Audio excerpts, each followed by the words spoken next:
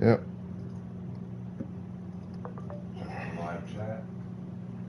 Do we have audio? Oh, there it There it is. is. Should have audio. If not, then what are you gonna do?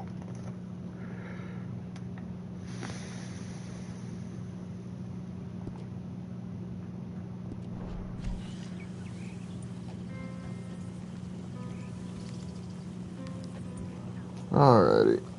Udra. Yes, I am okay with saving. I would hope you are. I would hope. Anyway, let me go clean my plate. Oh, you already did that. Thank you, Will. I was saying, let me go clean my stuff up since I hadn't yet, but I see you already did, so thank you. Yep. But welcome back, ladies and gents. As promised, we are starting the new year with a Red Dead stream. Let me drop off the horse.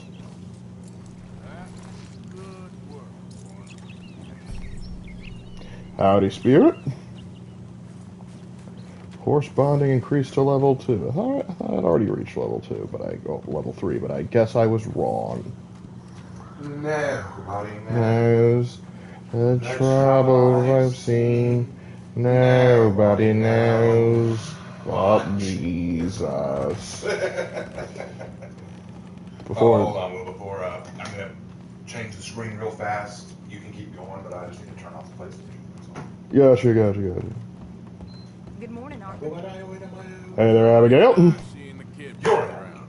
Nope. I don't know if I could have gone on much longer. Nope. Alright, I think I got a letter from our girlfriend. From my girlfriend. Girlfriend. Alright, let's see. My dear No, it's not girlfriend, it's Yep. girlfriend. Girlfriend. Girlfriend. I wanted to thank you for your help with Jamie. He and Daddy are still arguing. Girlfriend. I understand that Jamie is thinking about going back to college. Is he? Whatever happens, I Hey, believe Burger. you saved his life, and we are all truly grateful. Oh, Arthur. I have made such a mess of my life, time and again. Why can I not change and be the woman I want to be? How'd the rest of last night's stream go? Great. Man, put down all those fantasies that shroud your judgment. Life is very Rex is having a confusing. panic attack. And I What? see now that I'm not very good at it. Hold on. I'm afraid we've got ourselves. What's wrong? Like, what caused the panic It's attack? not my fault, but I need your help. Yeah, we're gonna kind of need a little more details. Hold on, let me go check her Twitch. Oh, Arthur. I know it is wrong to ask you, but I have nobody else, and for what we once had together, I beg of you, even though I am ashamed to do so. Yours. Yeah, they're not. What? Where's my phone? There it is. Let me see what's going on. I had to leave her stream for a little bit to work on other stuff, but let's see what's going on.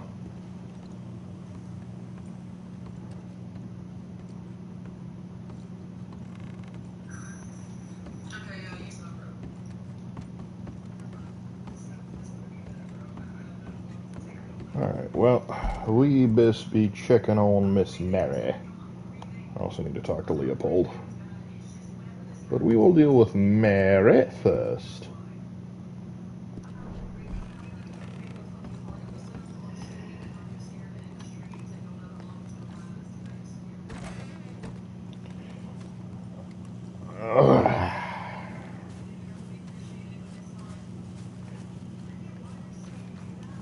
Definitely keeping our prayers. Thank you, Burger.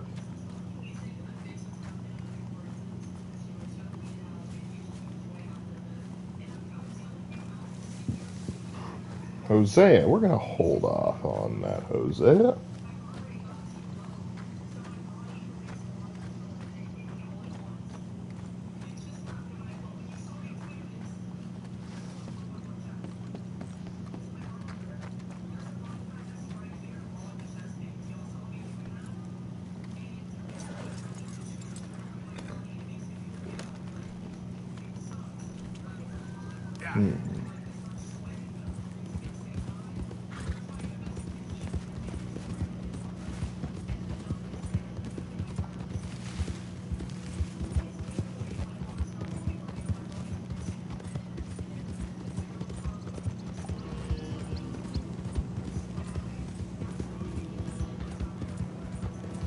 Alright.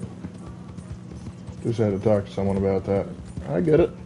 Come on now. Hey, mister, can you help me? What's, Please help me. what's Your wrong? horse died on me and my legs are hurting and I need to get home. Yeah, Alright, hop get on. on. Oh, you kind, mister. Not much. We're just doing a little bit of Red Dead, and I'm now picking up a straggler. Yeah, be so kind to take me to LeGras. That's where I'm from. That's where my people is from. LeGras. That's fine. Don't He's normally trust definitely a a local. outside man. No offense, mister. Just don't trust him much. All right, ma'am. I don't trust him much either. Because we You know seem him. like a horse rider. Yeah, your whole life I bet. Horse don't help much in LeGras News. Neither horse can swim fine as a duck be much more used to us. Last horse we bud got his foot stuck in the mud. Gator came and ripped his leg off.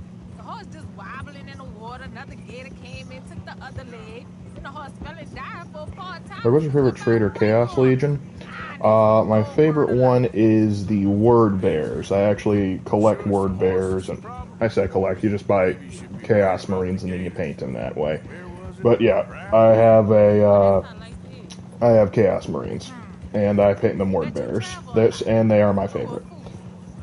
The reason being is simply just because I find like they are the most chaosy Chaos Marines.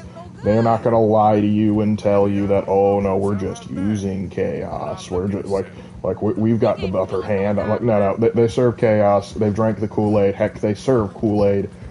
They might even help make the Kool-Aid, but they know what's up. They know the situation. They know the deal. They ironically, for being diluted, are not diluted at the same time. Also, I like them because they have one of the most legitimate reasons to actually betray the Emperor. Whereas the others can get kind of silly. Hope I never have to be on that horse to get dang animals. Good luck with the wildlife, miss. You be well. Alright, so we're doing pretty good on the karma level. Let's see if we can boost that up. But yeah, I suppose if I had to pick a second favorite Chaos Legion, it would probably be the Iron Warriors. Just because I like the motif, because they're basically like the Chaos Dwarves of 40k, and that like they make demon engines there, well, like warp smiths and other stuff like that. I'm a big fan of it's cool idea. It's like, hey, I decided to power power my war machine by shoving demons inside of it, and it actually be somewhat effective. It's kind of cool. So that's why I do that which I do. But if we were to look at some of the others, let's see. Black Legion, I agree with Raven, completely overrated. Because they're basically the Ultramarines of Chaos, but without the redeeming qualities of the Ultramarines. Someone has a pamphlet. Sounds All like... right. All right. Well, I did what I could with that. The World Eaters. I like the World Eaters pre-fall, but after they fall, it's just, hey, they're the corn guys. And I get it, we were going to get corn guys, but that doesn't necessarily mean that I got it. Hold on. I smell shenanigans. We will pray for her, Dragon. That's the best we can do. Hello, madam. But there's not a lot that I can fix about that where I am. We will pray for her. Mister? When you said panic attack, I thought that something got upset her, but it sounds more like it's a physical issue. Sorry, I don't Yeah. know. No problem. Take care now. Happy New Year, Volpacula. Bonjour. Let me vote. Let me vote. Let me vote. I can say this all day. Let me vote. Let me vote. Let me vote. I Well, will let me say go this finish for getting as long things as it set up. I'll be takes. back. Come on, Hey, if people. y'all need me to rant about Let's anything, me let me know. vote. If we need a rant, I will call you. Alright. I knew you'd be coming. You're walking away from history, you fools. Women and men Votes both for women deserve to abolish decide the discrimination against half of future. This is every meant to be the home. land of liberty, but somehow I am not free to vote. Bear in mind, when we first started, Look me in the not eye all men were and allowed to tell me vote. I am not In fact, the not all equal of white men any were man allowed to you've vote at the ever beginning, met. so let's settle down. We're working on it. Oh, hey, Chaos Gorgon. Raven just stepped out. Yeah, Raven, Chaos Gorgon's here. Raven says hi. Raven's got his hands full, though. Guess what year it is? It is 2026. You, my friend, what do you think about women's suffrage? Women voting? Sure, why not? Oh, thank you, sir. You are a true progressive. Yeah, sure. Dumb enough to want to vote, I say go for it. Cynical. Oh, Love it. a cynic. How dull for you. I do hope you grow out of it, young man. It's so unappealing. Unappealing Yeah. is what I do best. Because you are just a pleasant figure yourself. You Alright. think you're more intelligent than us? Hold on, I gotta hear this. Because you keep us in gilded cages? What? And Year of the Fire Horse Pokemon of the Year is Rapidash. Hey, how about that? Did Raven see the video I made for him yet? I know he's probably been busy. I'm not sure. Most of you. I'll let him know. Read, write, and even speak in public. Hmm. Let me. You ignoramuses. Okay, Hold on. then.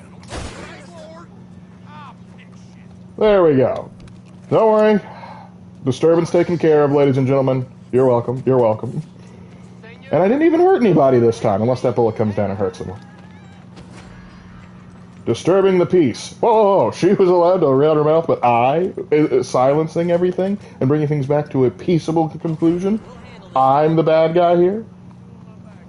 I think not. Anyway, hope he likes it. I was up late writing it. Well, I'm sure he will give you all of his full opinions as soon as he gets a chance to look at it. Hey, Copper, how you doing? See, Cop doesn't want to arrest me. He knows what's up. What's my issue? Alright, I'll get out of here. They're making everybody crap their pants. Ah, please, they need to wash those clothes and you know it. I was just, giving them an excuse.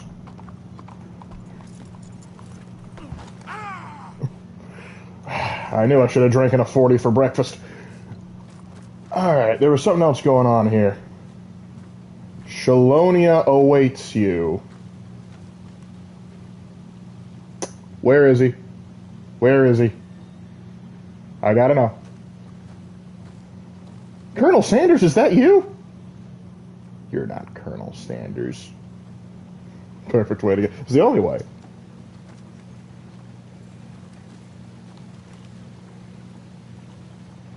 Oh, am I not allowed to read it? I guess my gunshot scared him off.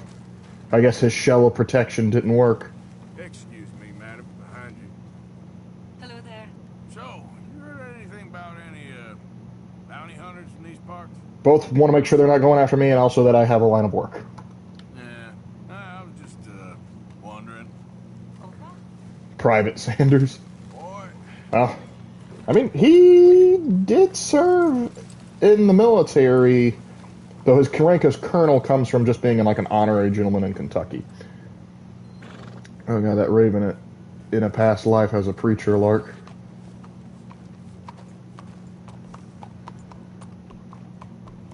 You think Raven was a preacher in a past life? He's trying to be sort of kind of, well, maybe not a preacher is the right word. He might do that. He is trying to get into seminary. But now, anyway, I gotta go help out the ex. hey, move it! Hey, what am I saying? Move it. We're gonna be friend, right? Mister? Hey there! Hold on, we got a dot. Something flared. Well, I just got this shirt. Nice round here. How you doing? I've been covered in words, friend. Just had to be me. Yeah, he's having a rough day. I won't make fun. What? The good or the bad, the Lark. I am an enigma. Alright, let's get back on the horse. Want to earn enough money to be able to buy the other horse that's in Saint Denis, because some of you guys were saying that it's actually better for combat, since this one's fast, but can be a little skittish. Case in point. And so as much as I like the Arabian, we will look towards... Lark is the ugly? Yes! I was hoping you wouldn't call attention to it. Yeah, I'm not winning any beauty contests anytime soon. I'm afraid my days of looking good are long since past. Arthur! Up here! You came! Maybe we should leave the horse on the rail tracks. Okay. So, what do you need? Wait there! I'm coming straight down! Jump, I'll catch you. That's right, gentlemen. She's with me.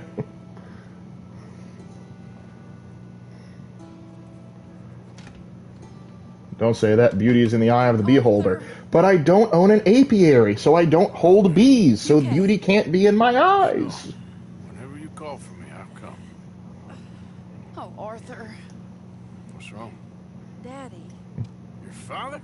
I'm a bigger fool than I even thought. He screwed up the Cracker Barrel peg game. I know Daddy was not kind to you, but... He kept on saying things to me like, you should probably get an honest line of work and, you know, how you doing? Stuff like that. Why is Arthur so clean-shaven? Because, I like him with either a clean-shaven or a close beard. Oh, I know. You had to live by your code.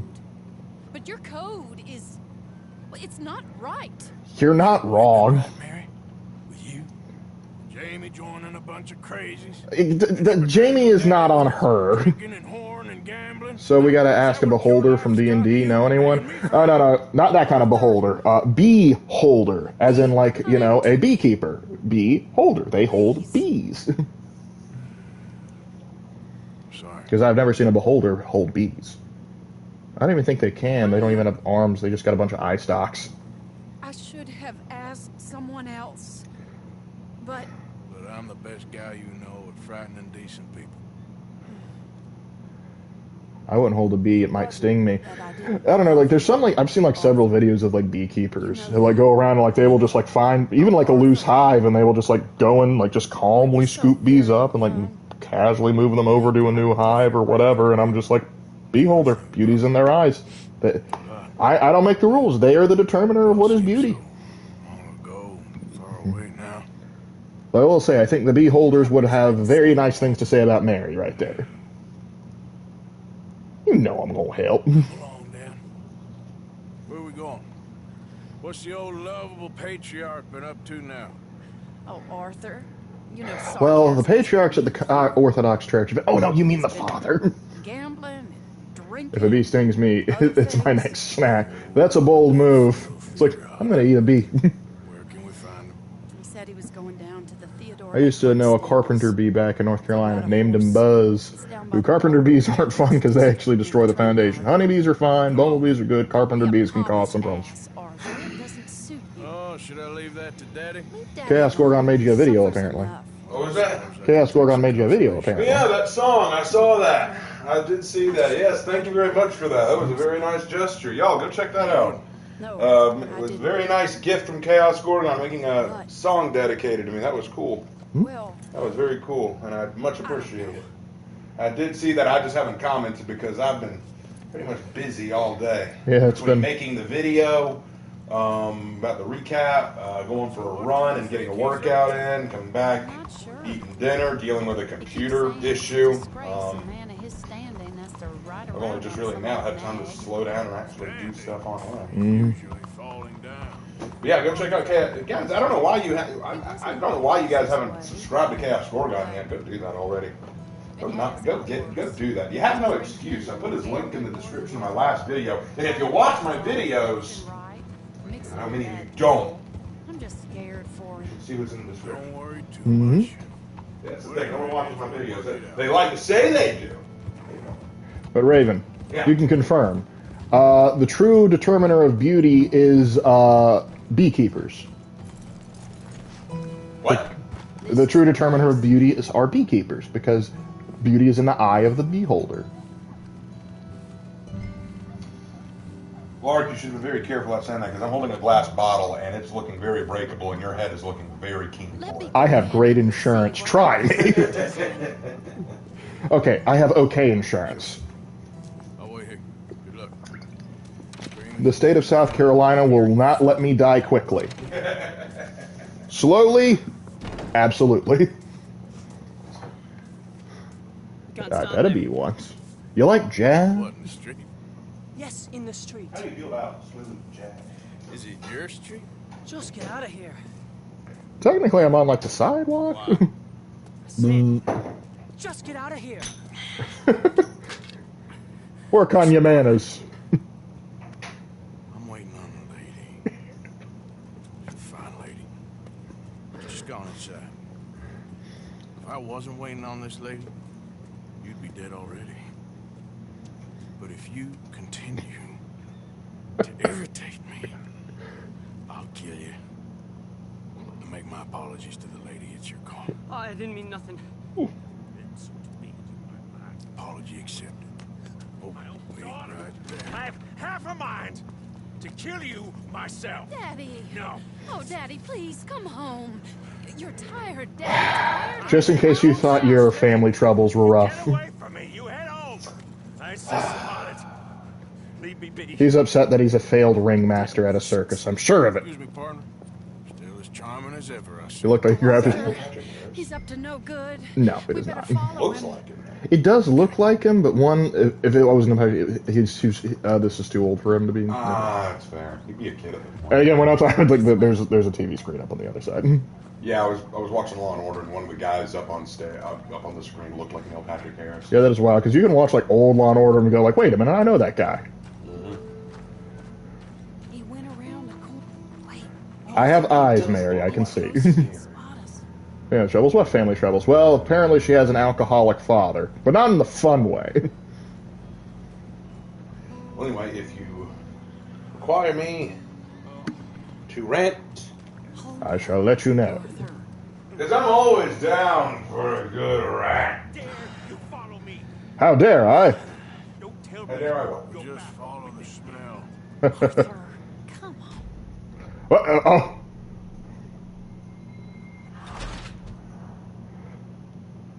He looks like I know. That's what I'm saying. He looks like a ringmaster. Is he gonna start telling jokes about Down syndrome? I had not planned on it. He's up to no good. We better follow him. Okay. Keep your distance, or you'll be spotted. Even Red Dead could not escape the dreaded tailing mission. Tailing mission? The tailing mission. Be thankful this was Assassin's Creed 4. We'd be on number 55 of these. Time to Splinter Cell. This is Yeehaw 6, going dark.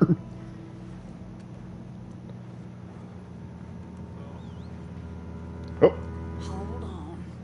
You can see why he has such a high opinion of himself. man sounds traumatized by the sounds of those two words. Arthur, come on. He was demoted to Ring Squire. Just went. Ring Esquire even. He didn't even get into the law. Can I move? Thank you.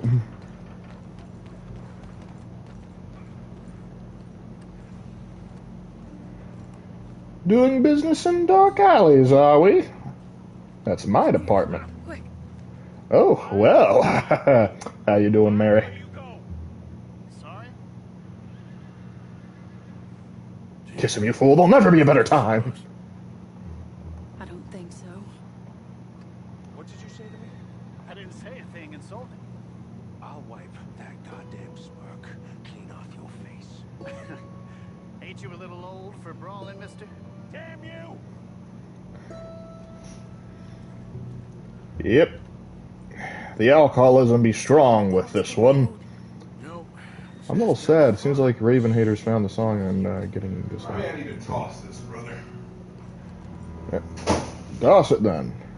I mean, remind me later. It's a really big box and me and take it to the dumpster. My favorite AC game is AC4 because of how good a pirate game it is, but yeah, plenty of tailing missions better than protection missions. That's fair. Go find out. Those Ravens haters found the song? Yeah, I've got a lot of those. I told y'all before, I am the most hated For Honor content creator out there. What it is. I'm used to it. Arthur, why are you going that way? I don't know anymore. Lose sight of him. I already lost sight of him. I was distracted. Alright, back it up. I lost Mr. Gillis. You know, it's kind of insane how many tailing missions there are on Black Flag compared to the whopping one in Rogue, given that they're pretty much copy and paste of each other. Well, I think Rogue, keep in mind, makes no sense why you're hating you, you're so nice. Some people don't need a reason to hate, they just do. Could be jealousy, could be envy, could just because they don't like you. What's he doing? Let's go find out. Hide behind the cotton bales. Stop a second. You're too close. Alright, I'll hide. But yeah, the thing is with Rogue, sort of like New Vegas, is basically they just took the engine and everything from the previous game, and so they just had to like build a little bit of extra stuff on top of it. Other than that, they could focus more on, you know, game design and other stuff like that. And so, in my opinion, it kind of turned out a little bit better. Except for character. Shane's kind of a moron, but, well, you know, what are you going to do? What do you think he's doing? Raven is saying it's still in denial from last night. Yep. For a woman of dubious morals, she's trying to sell something. So, Ashton, you got the money? Seems she's selling something. Have you got the brooch, Mr. Gillis? Yes. Here. Here's the money.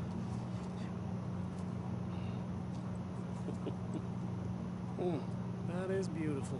It's a family heirloom. Well, I gotta be cocky about it. Not any longer, Mr. Gillis. Enjoy the money. And should you need any more, I can offer you a loan at a very reasonable rate of interest. No, thank you. I've heard what happens to folks who take loans from you. I'll sell my priceless family artifacts to you, but I won't deal in business with you. You don't understand. Mother left it to me. You sold my mother's brooch? How could you? You! That's theft. Oh, speaking of thieves, I see you found your outlaw again. Hello, sir. Have you been well? Daddy, how could you? Mary, wait here. I'll go get That's the true, though. brooch. Don't hurt anyone, Arthur. Hate equals popularity. Well, there is such a thing as, like, engagement, that even if someone, like, hates you, even if, like, you get a lot of attention via hate, you are still getting engagement, which can still lead to, Hold her right there. oh, boy. Nope, I just wanted the horse. Damn it. Stay up. Wait, is that my... Hey, stop that coach.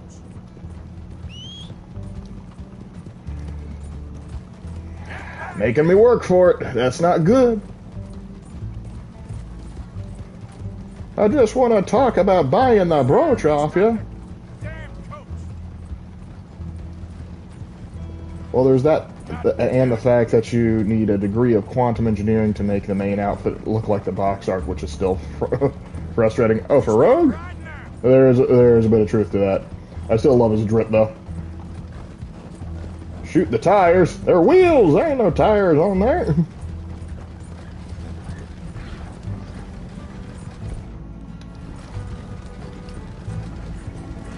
Hello. Now. Am I allowed to kill in this one, or... Whoa, girl, easy.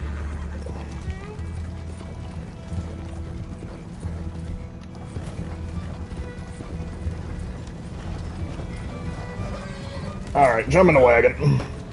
What the hell? How we doing? So, you take this route often? What are you doing? Taking a ride?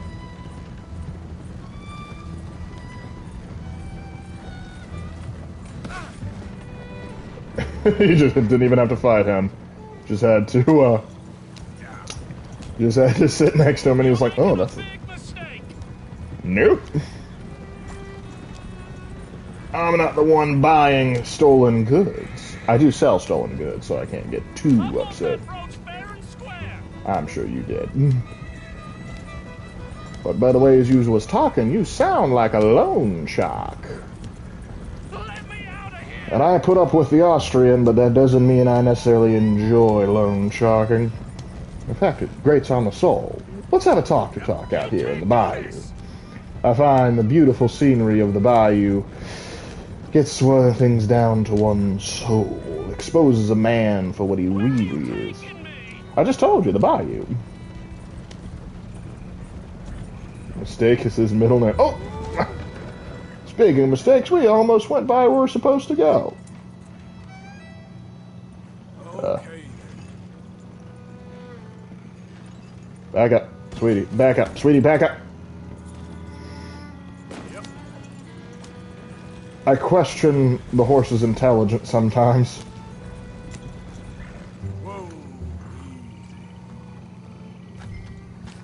Alright. Get out of there.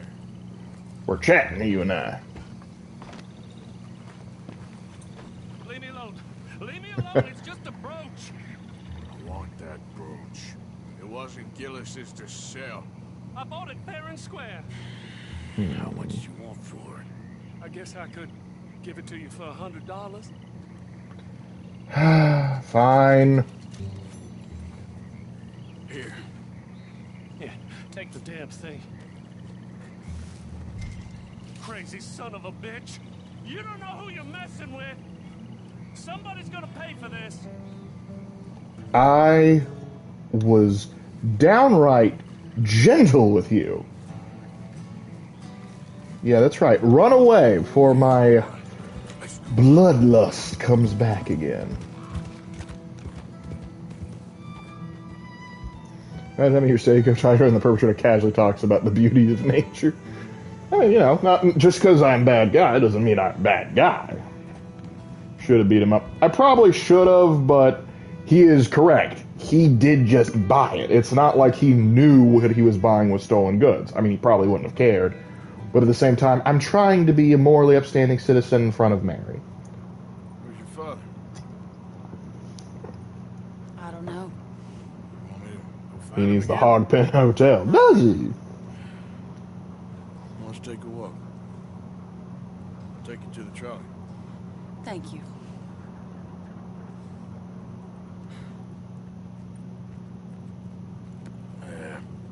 Got you your brooch back. I won't. I hate to broach the subject. Probably best not. I paid for it. I'm actually quite a wealthy man. What are you doing now? Right this moment. Why'd you ask? Well, I was wondering if you wanted to do something. Head to the theater, perhaps. Sure. Theater? Me? Sure, why not? It'll be fun, Arthur. Let's see if this is the time where I can just shoot the guy in the face. Strangeness I can handle. It's the normal business of life. I can't seem to Oh, if only I had a shotgun. You and me both, Arthur. Oh, I've missed you. Where's the woohoo button? You're I an know. idiot. But a lovable you'll always one. Be my friend. Well, of Oh, course I'm your just friend, got friend zoned. but you ain't always fair with me. If I was fair with you and a good person, I'd have had you hanged a long time ago. It is fair. That's true. So, Back to the game, because you might not remember your face. Now he's able to identify you. If he does, he dies. You're not a very nice woman. Vaudeville. Well, look at the company I keep. I know, it's quite dreadful, isn't it? They're just so cute. Sort of beautiful in a gaudy and tasteless way. That's not even that gaudy. Thank you. Oh, no, I didn't mean it like that. I'm sure. You silly man. Come on. Let's go find our seats. Did we even pay or did we just swipe 2 tickets? What's wrong with the friend How zone? about here on the right? It's just... After you. These two were in a relationship previously, now they're just friends, even though they both clearly like each other. Ezio the goat. Oh, you can't make an omelet without breaking a few eggs. Ezio, that's a man who had a master flirt. Welcome! And thank you for that thunderous applause. I am Aldridge T. Abington. Oh, I can tell. No. We're with Mary. Himself. Do not doubt. As a child, Everything's wrong with the friend zone. manure-covered streets of Saint-Denis, I never dreamed of the stir I would create So, in this locality. just as a starting or not? proprietor Are you of in a the rush, greatest Arthur? show Maybe? ever assembled. Prepare for the grandest excitement of your curiosity. fire, snakes, and magic. But magic is heresy now. Dabble in all three. If you have a settled aversion, If you don't want to be called gaudy and tasteless, maybe don't friend zone me. entertainment is a gift that will see you through the winter better than any packed larder or root cellar full of canned goods. Calorically, I don't think that's true. Now, ladies and gentlemen, please welcome a truly stunning musical performance to the stage, Miss Robin Koninsky. Koninsky.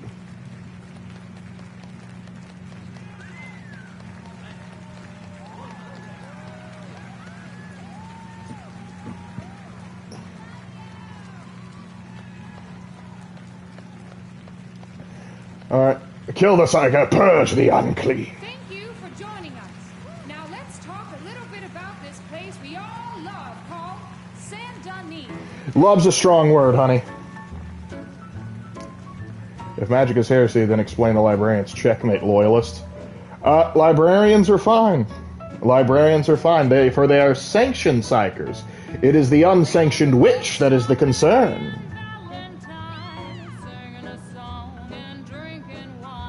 Did I hear Maniac? The Black Templars are on the way.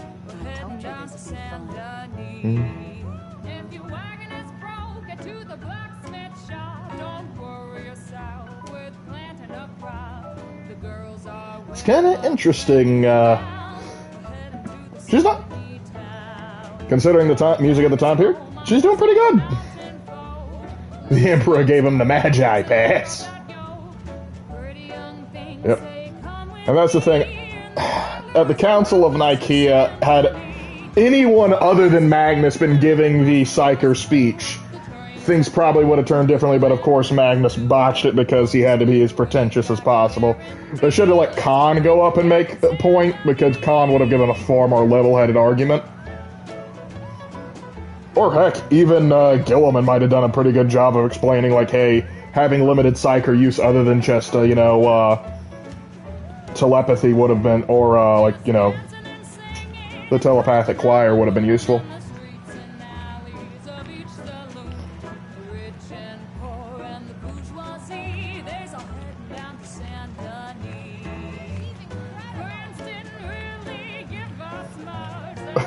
Basically, if this is based on New Orleans, France gave you a bit, but unfortunately it wasn't the best. Would Angron give a better speech? His speech would have been, oh! Actually, the one time Angron gives, like, something resembling a decent speech, it's when he's telling off Gilliman. But even then, Gilliman still kind of had a point, because Gilliman's just like, dude, you're still a slave. Like, just like a slave to your own anger, and then becomes a slave to corn. Are sanctioned psychers killed on sight, or do they get a chance to become sanctioned? It very much depends. Oh, hold on, let me cheer. Thank you. So let's say you're just chilling on a world. You find out you got psychic powers. The Imperium identifies you. What happens is then you go to a black ship. They put you in the black ship, and then either you get sanctioned or you feed the Golden Throne. I assure you, she can charm any beast at all, from cockroach to killer whale. I want to see your charmer cockroach now. Bring her back out. Most likely told you not to play with fire, or to spend time in the company of strange women. You are about to do both.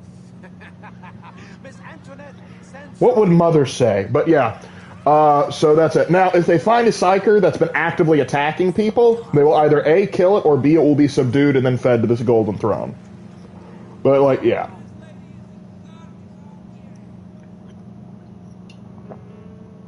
Zneach had his hands all over the council. Zneach would, the schemer that he is.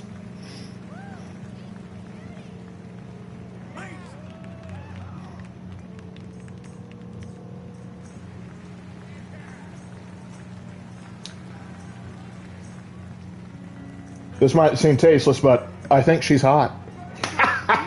Alright, I'll get out of here. I hope she stays away from the curtain. No. Let it happen.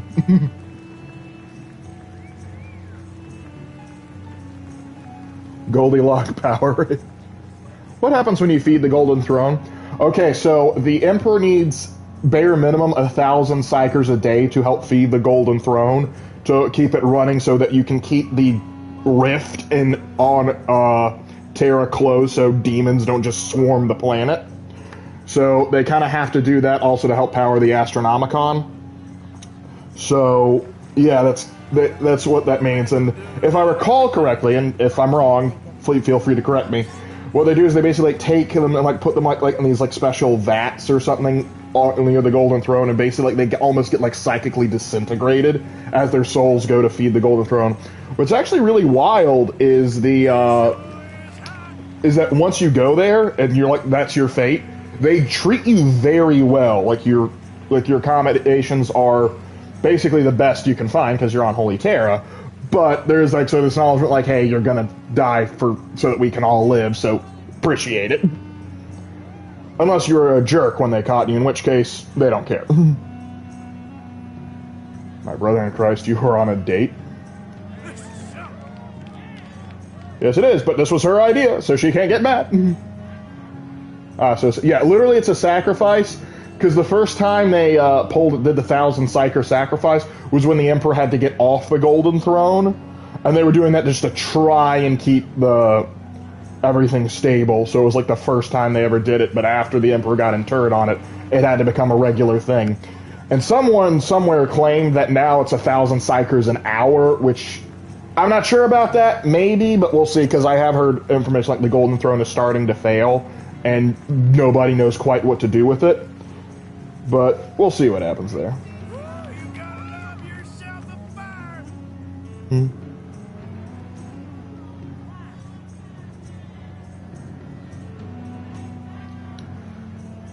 There's far worse fates in 40k than being consumed by the Emperor. Yes, any of the other 4 Chaos Gods would be bad.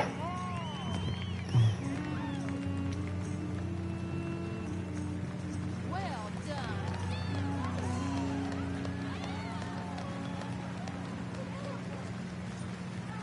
Oh no, she fell in the grease fire, she's dying! The Emperor is very happy you were so very loving of him that you'd willingly give your life to keep him around. I think the Emperor actually hates that that's required, but hey. Rising. She is truly one to bring home to mother. It is said that there is a place in France where the naked ladies dance. That's awful. Where? Have been there. Prepare for the body braziers of the Petit Flaneur in Gay Paris. Whoa, whoa, whoa, hey, let's slow down. There's people watching.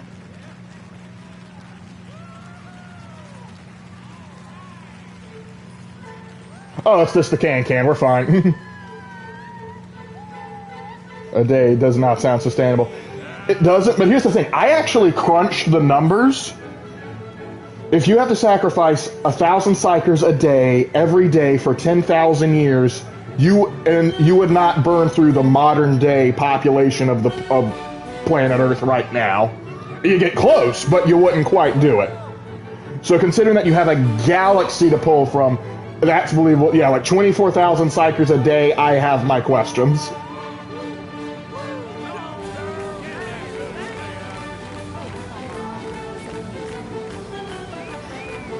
I'm afraid to compliment anything because I'm afraid Mary might get mad at me.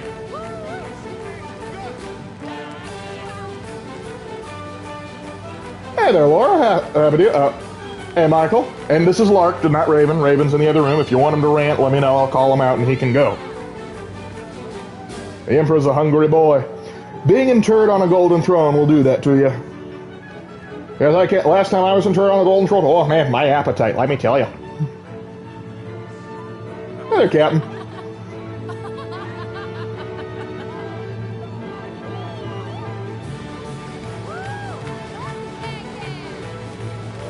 Oh, so you know what it is, Mary.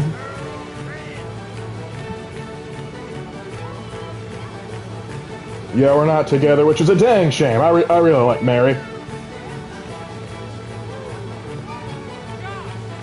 I got an idea on how to solve the Golden Throw Webway Portal problem. Try calling the Eldari Yanar to see if they got any ideas. Believe it or not, they're actually, the High Lords of Terra were making a deal with the Drukhari, of all people, to come and look at it. However, the Drakari were actually using it as a ploy just to try and get some DNA from the Emperor so they could try and clone their own Emperor, because they have their own little demon portal cutting into Camera, and they're trying to find a way to close that. And they know, hey, the Emperor's been doing this for 10,000 years. If we clone our own Emperor, he might be able to do it. Last time I sat on the throne, I lost 2 pounds. Hey!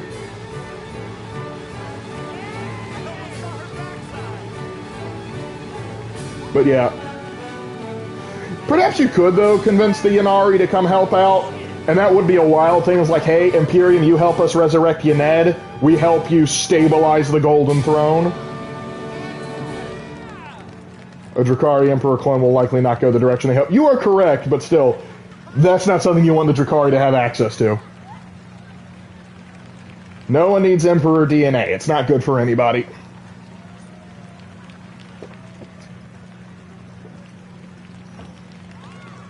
Though it would be funny if they got a sliver of Emperor DNA and then Trazyn took it immediately. Oh, incredible! Aren't they lovely? Oh, those legs are a sight to behold. Perp. I am spent. Whoa, wait, what were you doing back there? Is truly incredulous, awe-inspiring, and I'm sure you enjoyed. Thank you. We flounder through the morass of humanity, with only bright moments like these before it all goes dim and snuffs out in silence. That's really morbid. What a lovely evening. Come back. What a sales pitch. I'm the only thing that provides light and joy in this universe. Your miserable lives are nothing without me. Give me money again tomorrow. Wow, what a douche. I think Drakari, yeah. Shall we? Yes. That was fun, Arthur. Just clone Magnus, he's a diet Emperor. There's only one person who knows how to do that, though, and he surely isn't giving it to the Imperium. Now, Mr. Morgan. Of course. Out of all the options I could have picked to help with the webways, you just picked the worst option, the Highlords of Terra Stupor. It's not that they were stupid, well, a lot of them are, but in this case, it's not that they were stupid, they were just desperate. Because they also had, like, the head of the Mechanicus agree to this plan. Wasn't supposed And he is no fool. Oh. Is it too late for us, Arthur? Nope. I can't lie to you. I want it, man, Mary. If anyone close to me will there wanted to, and I can't have you wrapped up in there. But it's coming to an end. This time it really is. Run away with me, Arthur. Run away right now and don't look back. I wish I could. More than anything I want to. Because I got $1,300 in my pocket right now. We could probably do just fine on that. Once they're free, then I'm free. Then I can disappear. But Arthur... If we're gonna run away anywhere, we need money. You have money. I'll have some. You have $1,000 in your pocket right now. In 1899, that's practically a small fortune. It's a pretty dream. We could buy land, have a farm. But I will once I get some money. You know, I was watching several versions of A Christmas Carol over the past few weeks, and this scene is suddenly striking me as very familiar. I wish girls would come back to me. Dude, same. Look, what's the next mission next? I do not know. We'll have to see. I think I might help out the priest. Or father. Friar. What? He's a monk. But I forget whether he's technically a monk or a friar or whatnot. I wish you could, but unfortunately plot is happening. Arthur Morgan. Ain't that the truth? Can I get that on a shirt, Skylander? Like, can't... Sorry, plot's happening right now. What did I screw up? Catch the wagon and take it within 1 minute 45 seconds. Ah. Always rushing me. We should have made it impossible to get that much in the story to avoid Ludo narrative dissonance. Oh yeah, we can't do him. Otherwise, I get in trouble, and the stream goes down. So let's get me. Where's my horse? Tennis boat. All right, where's my horse? all the way over there. You know what? I'm going to go ahead and see if I can just buy the other horse. Just go ahead and get started on that one. Could I ask for a lift, sir? No? Okay. Well, I wish you a happy day, then. Hey, friend. I can't seem to catch a break today. Just keep running into prize idiots like you. Well, if you're going to use that language, we may not see eye to eye. Yeah, because I think I'm like a head taller than you. Lark, make a football team based in Saint Denis. The Saints. Just kidding. Let's see. The Saint Denis... Got it. The Saint Denis Crawdads. There you go. I mean, why not? I'm sure we can find somebody who can make a mean jambalaya or gumbo around these parts.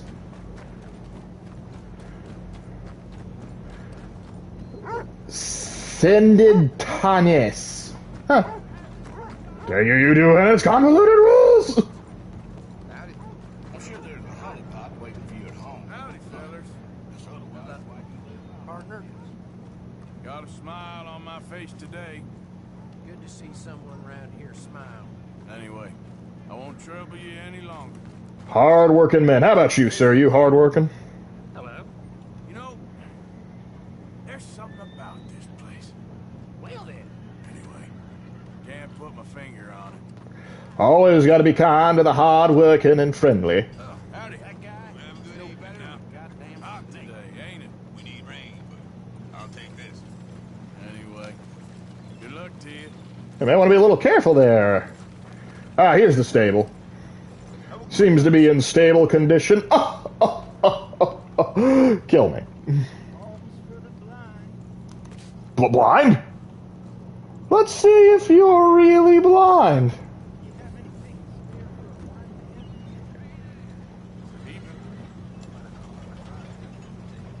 Gentlemen. Evening, mister. There he is. Let's see if you're the same snake that was lying about being blind. Day to you. Do you have anything you can spare for a blind man? Please, there's someone here. Made another corny pun. Oh, I've been known to do that. thank you, sir. Truly, thank you. It means a lot to me.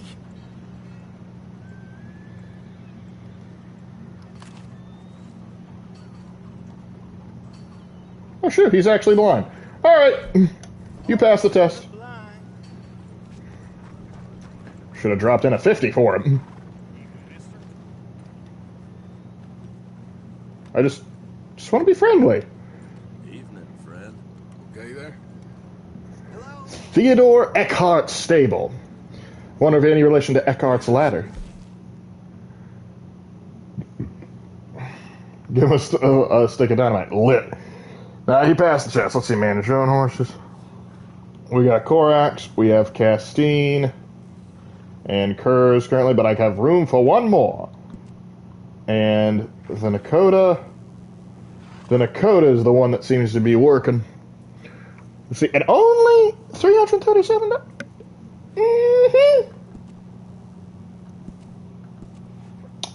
And it's male. All right. We going. Actually, hold on. Pause. Why are you worth more? You have better stats. Oh, I see. It's because you're a racehorse, and you're probably going to be skittish. You are probably well, you're a standard horse, but workhorse. What an interesting color on you. But with that color, it looks kind of yellow. So, actually, hold on, wait, before I do that. What are you? Oh, you're female. Damn, I was going to name you Dorn because of the yellow color, Imperial Fist. But if you're female and got yellow hair, Lehman Russ, no, it's a chick. Can't name it. You can't name it Lehman. Source insurance, a thing back then? I don't know. I would not be surprised if it was. I could actually look into that. Color Donna, gender bent Dorn. No. I'm thinking. Got it. I know exactly what we're calling you.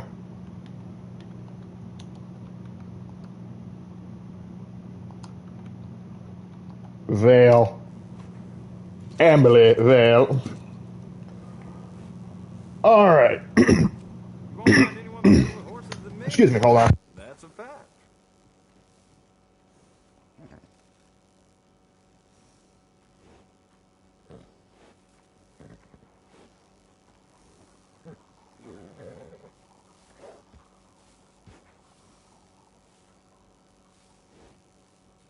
Sorry about that. I just was dying for a second. I think I should live a little bit longer now, but... Whew. I had a drunk feller try and steal a saddle the other day. Thought it would fit under his shirt, the idiot.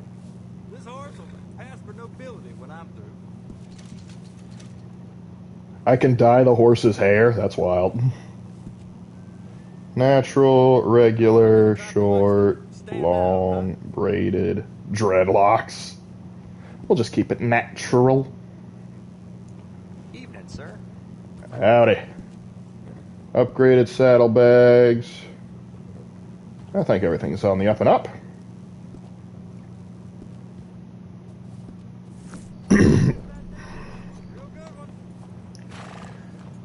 Got myself a mighty fine horse now, but now I actually am down $500.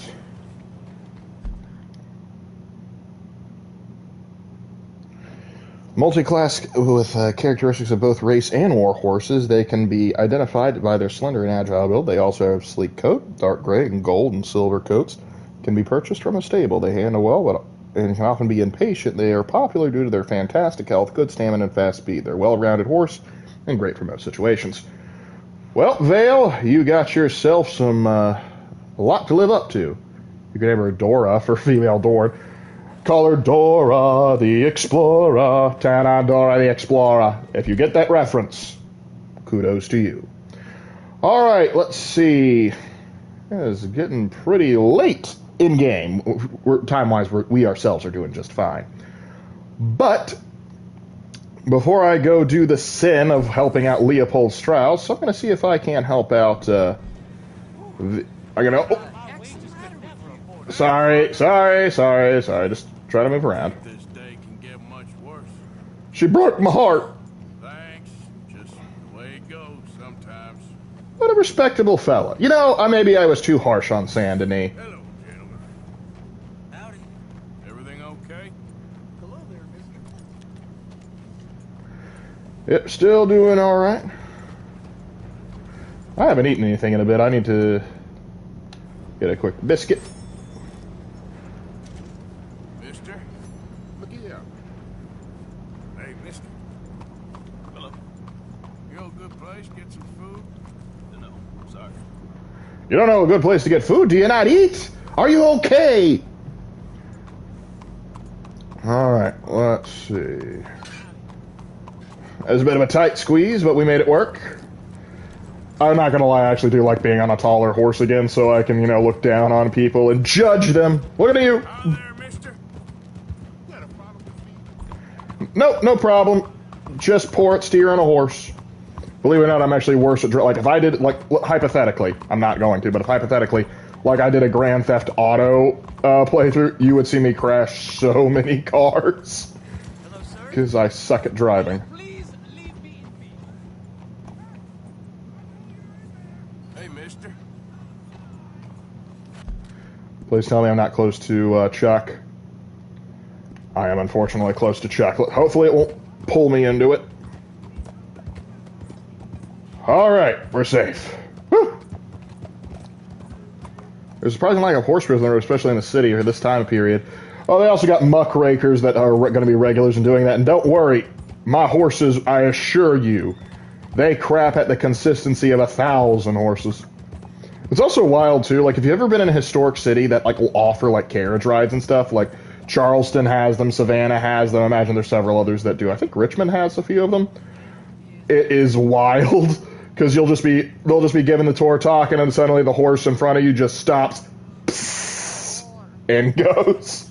And they got to throw out, little balls to show people, hey, so the street cleaners know they need to get this spot. It's like swimming. It takes time. Howdy, Pilgrim! Sister, my friend, Mr. Morgan. Oh, sir. Brother Dorkins told me about the wonderful thing you did. Oh, he talks a lot of nonsense. No offense. None taken. None taken at all. Hey, stop! He's kids to the worst. Don't hurt him, please! Stealing a crucifix from a nun and a monk? How stereotypical evil can you get? You need some correction, boy. Daddy's belt is coming.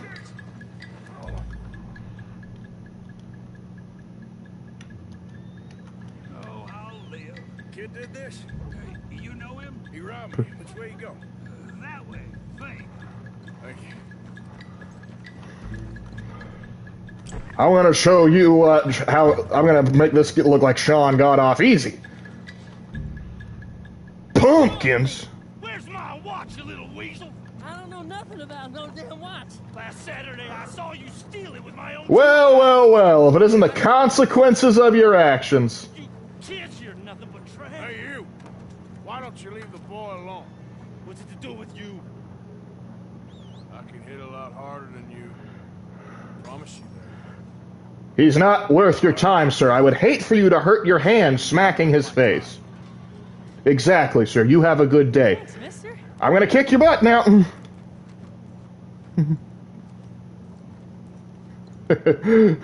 What would happen if I had antagonized him? I'm just like... Hey, you want some company, mister? No. You sure? Hey. What? I don't know you. This is Downs? No, not you. Get away. Huh? Now. I mean, hey, Help! Help! hold on. This man is bothering me. Someone help me. Officer, help! I would get upset with her, but I know dang well I probably deserve that. What's really sad is, like the first time I played this game, I did not remember who Miss Downs was, so I was so confused, like, wait, what did I do?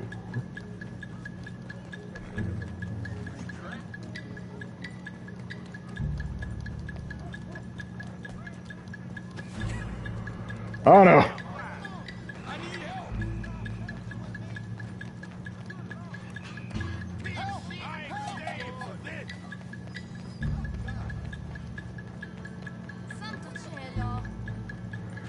Crap. What did you do? Mrs. Downs is the wife, or rather widow, of Mr. Downs, the guy who gave us tuberculosis because he borrowed from Strauss and couldn't pay it back. I think we burned down her house. No, we did not burn down her house. You're thinking of the Braithwaites. And she is way too young to be Mrs. Braithwaite. We also found Mrs. Braithwaite. She went back into the burning house and, well, just died. As one does in a house fire. Man, I need a little something to take off the edge. That's good lung cancer. Alright, moving on. And I know smoking's bad for the health, but I already got tuberculosis. It's not like the cancer's gonna get me.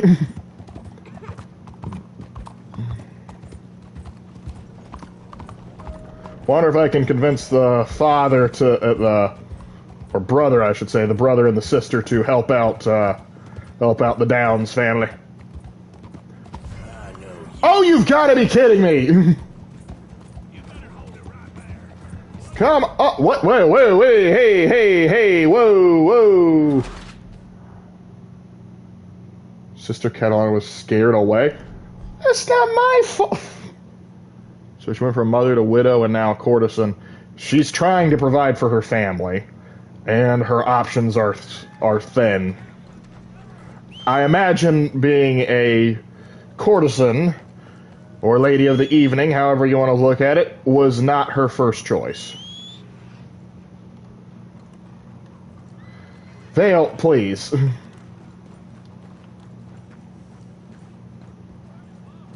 Those 4 dozen donuts to add diabetes to the mix. Donuts? I got biscuits, they'll do. Every day,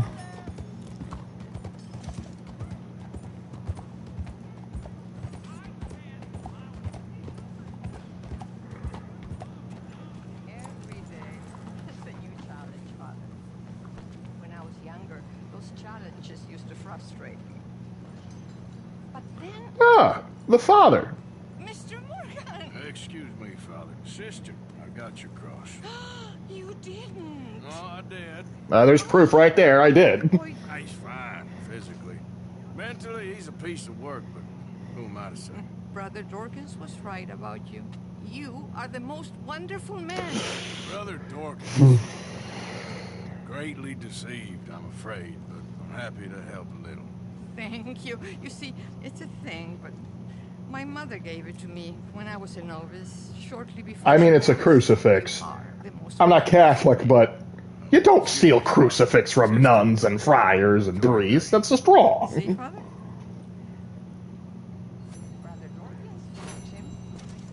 Father's real talkative, ain't he? But I'm happy to help him out. And we killed the boy. Wait. We didn't kill the boy. You're not talking about the Downs boy, are you? He's alive. We'll see him later. We actually stick up for him. Tuberculosis be damned. It's nobody's first choice, poor women. Yep. I got a $5 bounty. Don't know how I'm going to pay that off.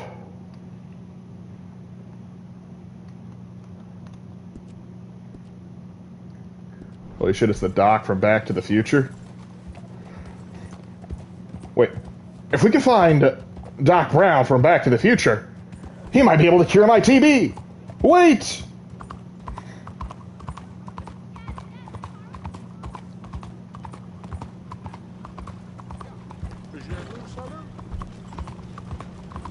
Hey, mister. Sir?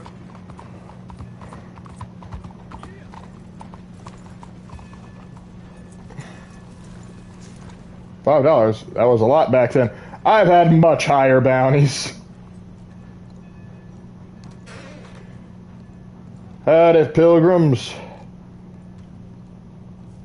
Big Iron's back in town. I was about to say big something else, and then I remembered I was streaming, and I was like, I don't want to get in trouble. Howdy. How y'all doing? Happy to help you start over.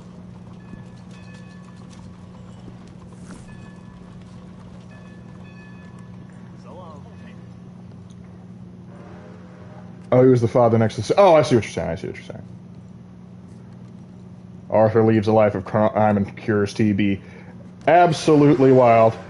Honestly, I think it would have been kind of nice if Arthur and John had been given the chance to, you know, open up or start a ranch or something, instead of trying to live this life of crime, being led astray by a snake oil salesman.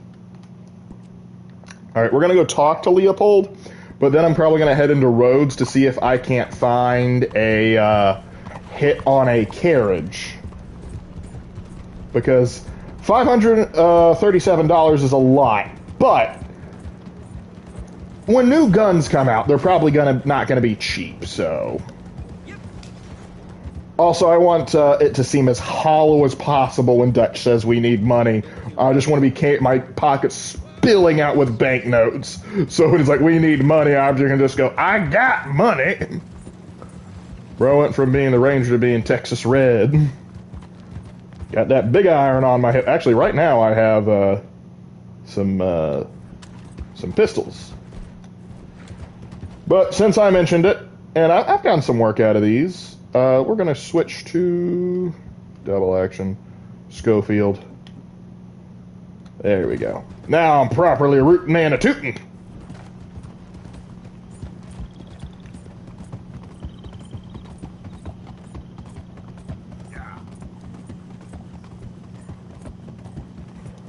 Oh, please tell me the safe crackers are here. Please tell me the safe crackers are here. Ah, dang it. So sometimes when you come by there'll be these two guys that are like trying to crack a safe with dynamite, and you can walk right up and go, "What's going on?" And they'll distract them and they'll blow themselves up. It's hilarious.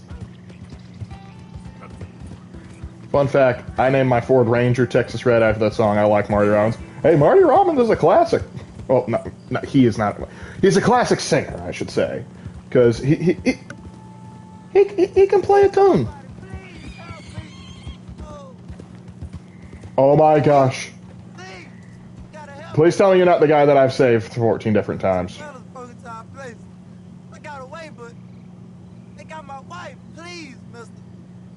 do something. All right. Where is she? It's a shacked out in the swamp by the water. You got it, son. Okay. Go on, see if you can find the law. Oath of Vengeance Paladin, engage. Gunslinging Paladin seems fun. Also, just a little D&D update. My artificer is now allowed to carry a pepper box revolver. I am very pleased with myself. What to do to kill... If they're holding someone hostage, I gotta be careful using shotguns. So we will rock in bolt action and Evans repeater. I'm gonna kill that freaking... Oh, different guy. now I just feel like me.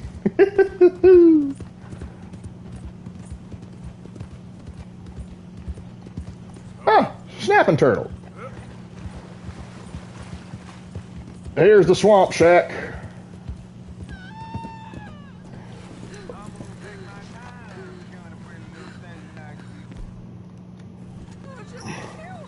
Actually, no. I'd rather die than look at you for one more second.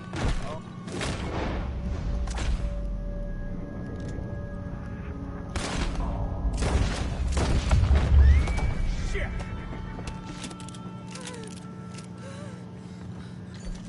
Oh, please, please, please untie me now. You got it. Sorry I weren't here sooner. Thank the Lord you showed up when you did. I apologize for the mess. Clearly dynamite is the best option. I'm not gonna blow up their property. Christ, what a mess. Would you please get them out of here? I can't stand to touch them, and I don't want them rotting indoors. Understandable, I'll help you out. And if you don't mind, I'll take whatever they have in their pockets. Should have shot the thing they were intending to use off. Well, I shot the big head instead of the little head, if you take my meaning. Let's get you out. I'm going to carry it over to this little island right here. There we go. And let's see what you got on you. Ma'am, I know it's no business of mine what you do with them, but when your husband gets back, they will make great fertilizer, or pig feed, if you will. I would highly recommend planting a vegetable garden over them.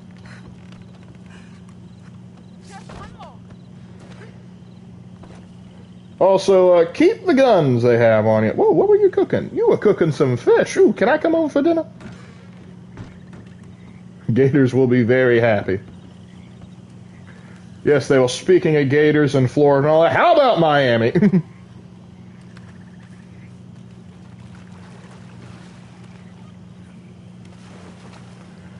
Scuzz buckets, the both of you. 63 cents. And salted beef.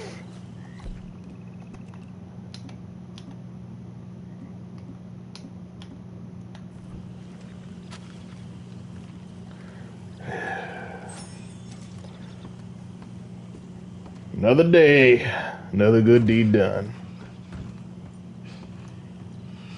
You're all right now, ma'am. It's over. Let's hope my Horace found another guardian angel like you. There's some money I put away in the... Horace? It ain't enough, but please take it. Horace!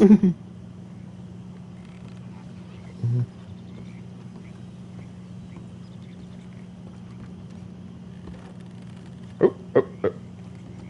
This must have been what they were after. Hey, Samuel. Oh, thank you again. You my guardian angel. $50? Thank you kindly. Man, no wonder they were trying to rob. I feel bad taking $50 from them. Can we split it? I give you 25. They might make a couple bucks off of selling their weapons. Yep. Farewell. And, oh shoot! This ain't my horse. I was about to say, like, why do I have another horse icon over there? Like, oh crap, that's not mine.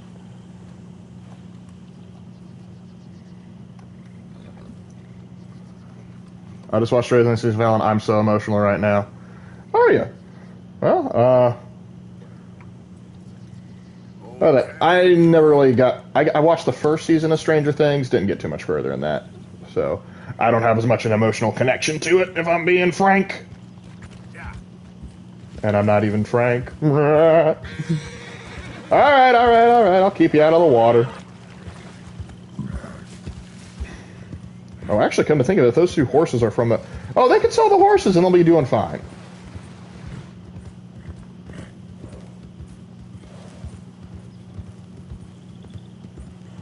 I will spoil one thing about Stranger Things, if you guys don't mind. It gets strange. But I won't say any more.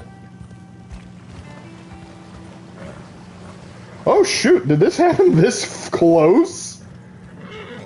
Fellas, there was a robbery going down right down the road and you guys did not think to do a single thing.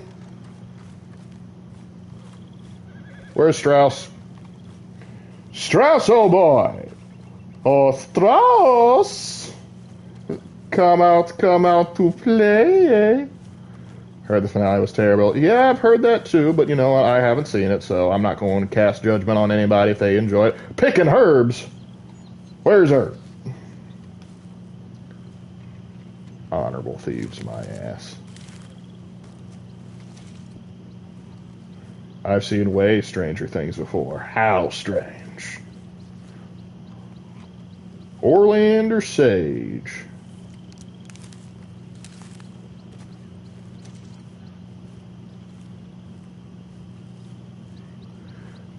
The fact the Mind Flayer was killed so easy with hilarious Godzilla would easily wreck the Mind Flayer.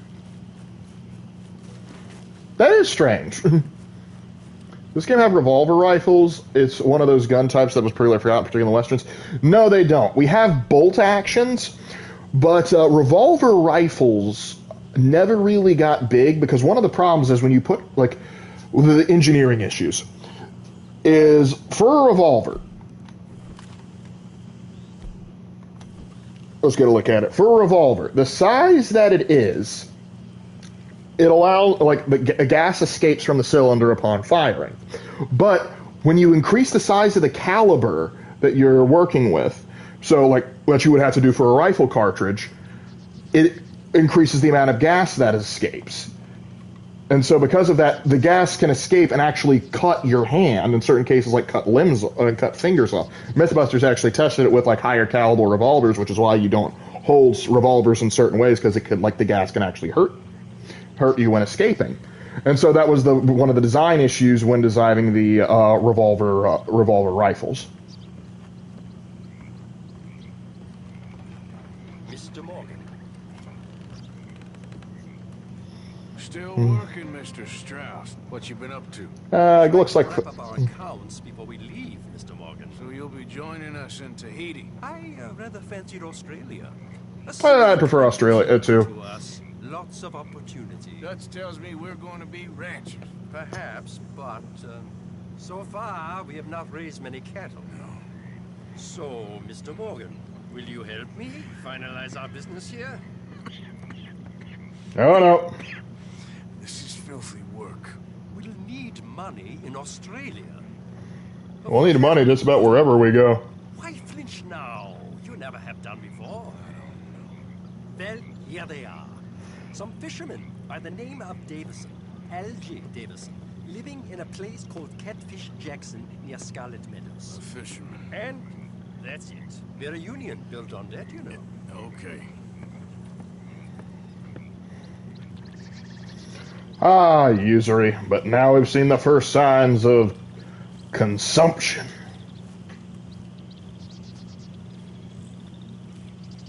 He's still here. You in a better mood today? What are you plotting now? That's for me to know. On second thoughts, I'll leave it to you. As someone who experienced it the hard way firing a 357 Magnum, my hand was flicked up good for a few days. Yep. Just be thankful you weren't doing it with a 44. I thought stripper clips weren't invented. Like we would see more revolver rifle designs, pipe carbines, which use gas seals as like the Nagant revolver, but unfortunately we've never seen them. Potentially, it would be kind of interesting to see large weapons, but one of the things we do see is we actually see, like, dump loads. Like, I'm pretty sure the bolt-action rifle that we have is based off of the Krag rifle, which works pretty well. And now let's see. Actually, hold on. Oh, no. Nope. Not what I was actually trying to do.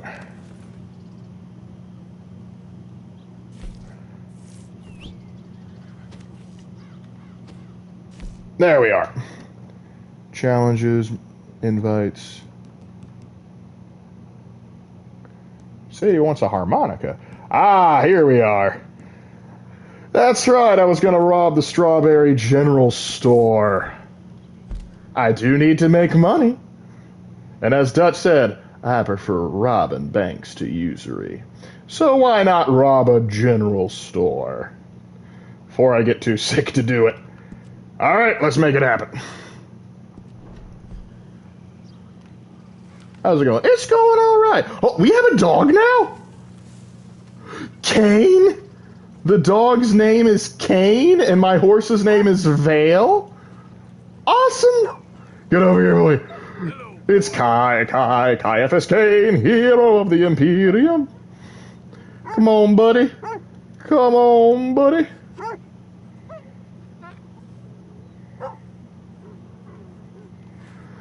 He'll warm up to me.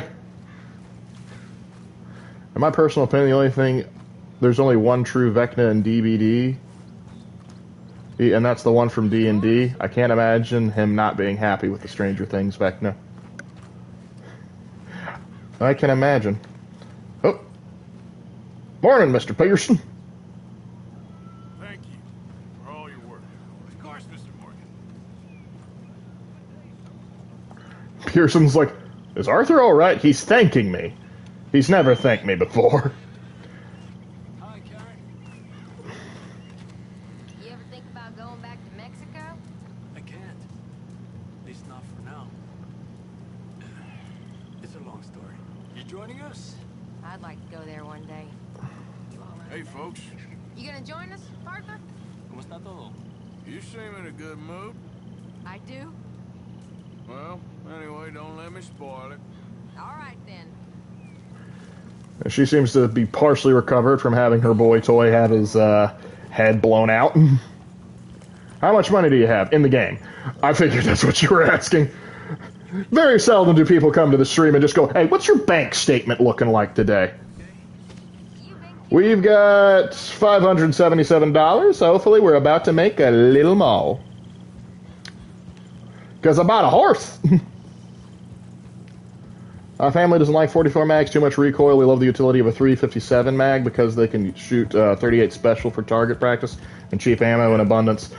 Yeah, my brother has our granddad's revolver, which is a 22 revolver made in 1984. They don't make them like that anymore, but it's like a Ruger. Very great, but it is the loudest 22 firearm I think I have ever heard. But it's a great little target gun. I love it. I was going to ask that next, huh? Joking. I figured, Dave. I figured. A Civil War battlefield. While I'm here, let me go ahead and scope it over a little bit.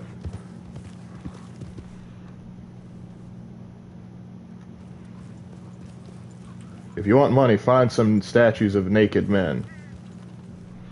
What? I'm surprised nobody's cleaned up this battlefield after all this time. Ooh, a perfect white-tailed deer.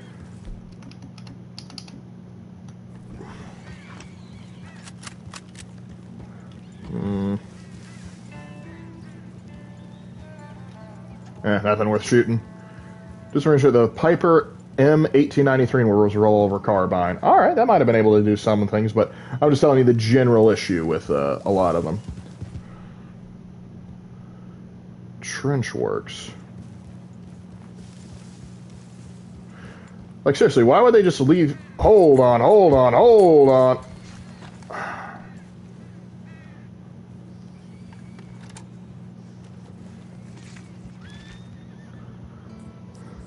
Maybe Arthur should have become an artist. When the Scarlet Medal's on the side of a famous battle in the war. All them young lives lost. Hey there, Shark. Revolvers are normally louder, on average 22 or bigger. Lark, would Raven's revolver be considered a big iron? I don't think so. But we kind of jokingly call it that, because honestly, out of the guns we own, it's probably my favorite.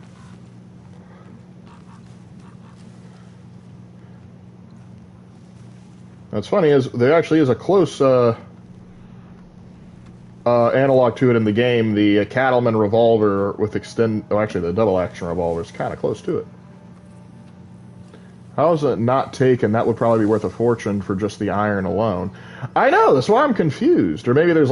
Then again, considering where we are, there may be almost a sort of reverence for the field. In such a case that they may not want to move stuff. But I think that's kind of silly. I understand leaving the earthworks intact, but the cannons should probably be taken away. Because I would hate for a bunch of Bandito Doritos to come over, particularly the Lemoyne Raiders, to ride in and take some of these cannons and try and get them operating again. Just not a good idea.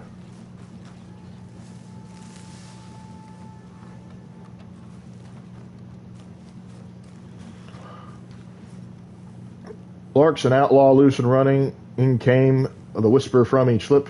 He's here to do some business with a big iron on his hip. Big iron on his hip. Actually, I do have my big irons on me right now. Reach for the skies, partner. I was hoping there might be some more Civil War gear I could stick into. But alas, I must go empty-handed.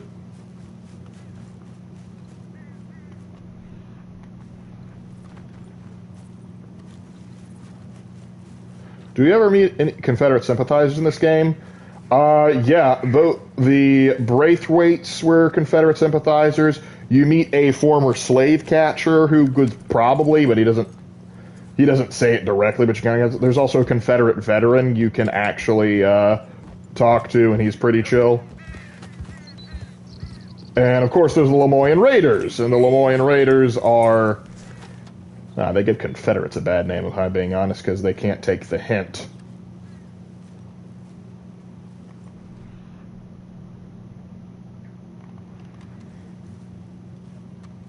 Really, Rockstar, you're just going to make this nice little enclave with a nice little entrance and not put anything juicy for me to take? Bummer. Well, I guess that's that. Alright. Come here.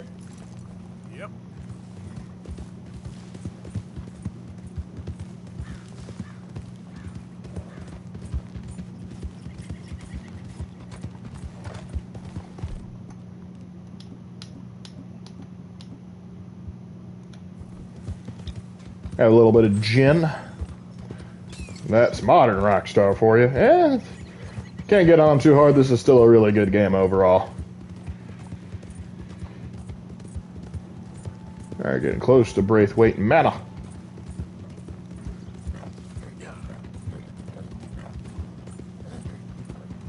Buddy?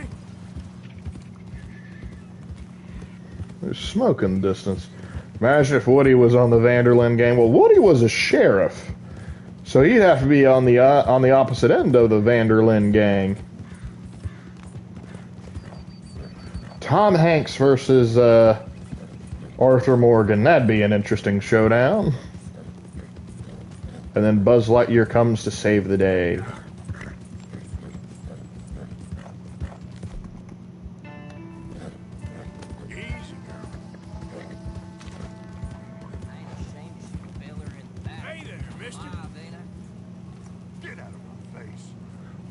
You're not ashamed to shoot a feller in the back? Hey there!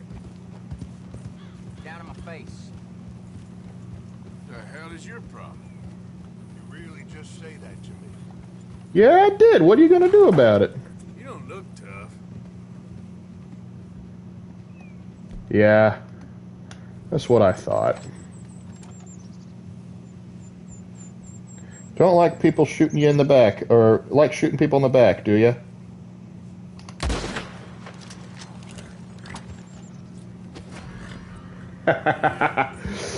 Oh, what's the matter? You don't like shooting people in the back now? Imagine if Arthur's reaction to seeing a space marine. Probably most people's just like good lord.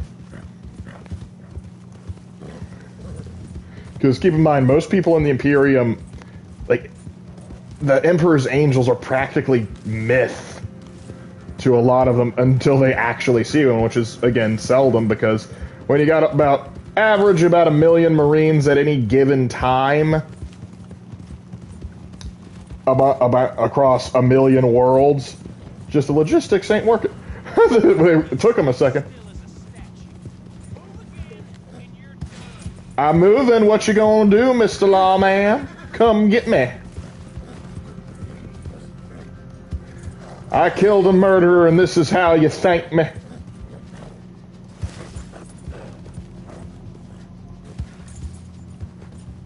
Hey, friend, how you doing?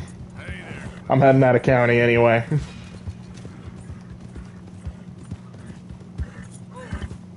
Oh, a Horseman 3 unlocked. How about that? I think more interesting to show Arthur an AK-47. Again, if you want that kind of a thing, the closest thing I can say is to read the novel Guns of the South by Harry Turtledove. Essentially, the premise of the novel is a bunch of white supremacist South Africans go back in time to 1864 to supply the Confederate Army with AK-47s. It's a read. It is quite the wild read.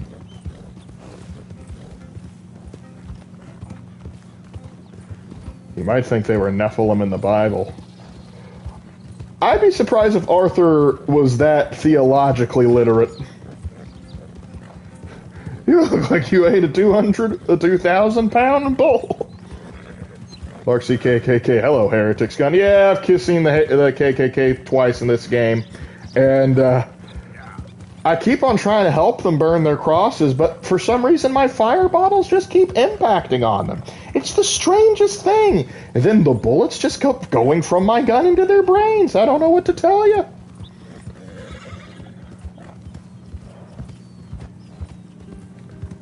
And Turtleove couldn't think of anything else. It would be easier simply just to have Meade or Grant not take a military career. Okay, so I will explain. The whole idea came about because someone had made, like back in the 90s, mind you, made like a Photoshopped picture of like Robert E. Lee sitting holding an Uzi. And they showed him that and said, hey, could you write a story about that? And he said an Uzi wouldn't do them too much good, but an AK-47 is not only more recognizable, it also would be more beneficial to the Army. And so he wrote the story about how, like these guys coming and doing it. And he's done wild stuff before, like one of his series, the World at War series, aliens invade in the middle of World War II, forcing a stop to the war while humanity unites to try and fend off O'Driscolls. We about to have some fun, boys. Where's my... what? Fret not, friend! The cavalry has arrived!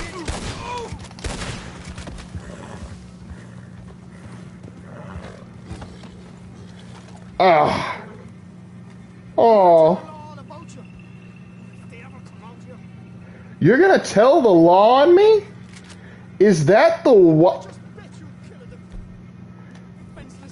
I ain't killing a defenseless man. You're an O'Driscoll. You don't count as human.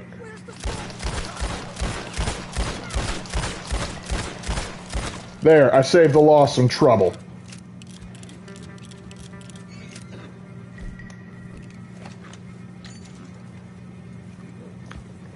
Or maybe Goliath. Yeah, he might know that. Arthur and Fallout New Vegas. Now, that'd be wild.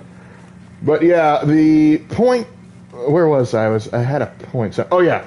So, he basically writes the World at War series where aliens invade during World War II. However, the aliens' military technology is only slightly ahead of like modern day military technology, and they're not used to adapting quickly. And so it gives humanity a chance to fight back. It's actually a very interesting story. But if you want one where he looks at the Civil War in a more realistic way, he has the Southern Victory series or Timeline 191. And the difference in that isn't that Robert E. Lee gets his hands on like 100,000 AK-47s. Instead, what happens is the Battle of Antietam in our timeline was kind of the first big Union win, or rather draw, in the Eastern Theater. And it was Robert E. Lee's first attempt to try and invade northern soil. However, the only reason that the South was repulsed, because it was really a draw, was Lee wrote down his orders, and one of the officers carrying his orders dropped it. And the Union discovered it, and McClellan knew about it and went to actually go and stop it. But the Creeper was still slow to act. However, what is interesting about this is in the Timeline 191 series, a Confederate private stops to realize, oh, the officer dropped something, and so he picks it up and gives it back to the officer. And so this is where it departs from our timeline. Because of this, Lee is able to sneak into Maryland and attack McClellan in D.C. and take Philadelphia. Because of this, the South, like Britain and France, recognize the Confederacy, and they say if Lincoln doesn't stop and recognize them too, Britain and France will enter in on the side of the Confederacy, and Lincoln doesn't want to tangle with Britain and France simultaneously. So he agrees to let them go. And then the story jumps forward 20 years later to another war between the states brewing, and I'll let you guys look at it from there, but it's very interesting. The first book in the series is called How Few Remain, and it's kind of wild because it jumps perspectives from like Longstreet, Pete Longstreet being no, it's not his perspective. It's Stonewall Jackson, who's now the head of the Confederate military. You have Jeb Stuart, who's leading the Confederacy out in the West. You have Alfred Schlieffen, who's a advisor, who's a military attaché to the United States. You hear from Frederick Douglass, Abraham Lincoln, who was never assassinated, just not reelected, and as he's kind of gone a little socialist on us.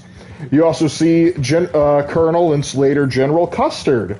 He becomes an important character. You even see Theodore Roosevelt. Very interesting story. Oh, and Mark Twain. How could I forget him?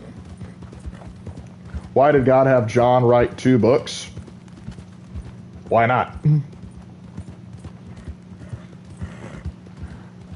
All right. Would you say John is Red Dead? Very similar to John from the Bible, redemption and all that.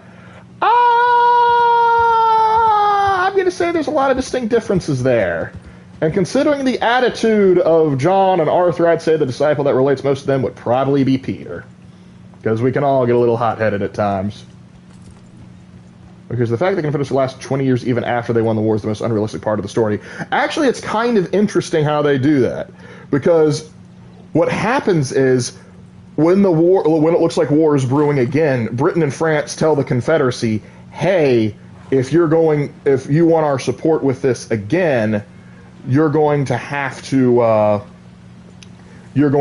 agree to manumit the slaves. And so President James Longstreet at the time agrees to this. And so they start performing a gradualized emancipation. And it's kind of interesting how it works out. It is a very interesting story, but it is kind of heartbreaking, like when you see General Grant, because Frederick Douglass goes up and gives a speech, and he's kind of rejected because the South was able to secede and the United States lost the Civil War, now called the War Between the States, or the War of Secession. Blacks in the United States are kind of blamed for a lot of the trouble, sort of like how blacks were kind of attacked in the New York draft riots during the war.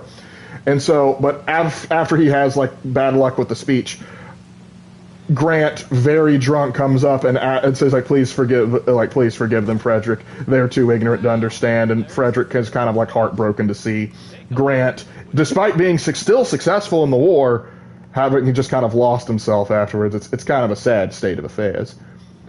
I still see a fair amount of rebel flags in North Carolina. Oh, you can find them all around the South, because you got to understand, a lot of the rebel flags, the Confederate battle flags, most of the people flying them don't see any negative stigma towards them. They're about culture to them. And so when people go like, hey, I don't like seeing that, they're like, well, why not? It's a Southern thing. And so, like I have been in lived in the South long enough. He's the first to see every ugly face that walks through those posts. But yeah, as I was saying, like I've even seen Southern black men fly the Confederate battle flag. It can be interesting. What about Micah? Would you say his Bible counterpart? Micah, certainly not the prophet. Micah, his namesake.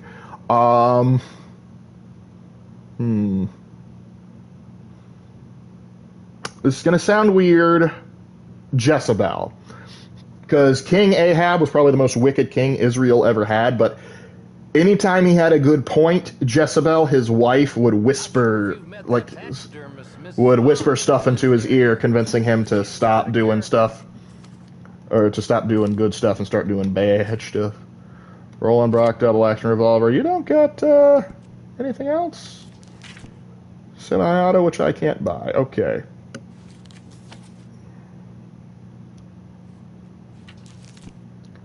Horse care, clothing. Got anything good here? Some fella came by earlier. Hey, like the Confederates ever have an official flag? They had multiple, actually. The first Confederate flag was the stars and bars, but the thing is that looked a little too close to the American flag, so the Union, Old Glory. I almost said Union Jack. And so because of that, they changed it.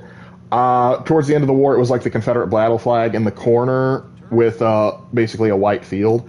My personal favorite Confederate flag is the Polk flag because it's basically a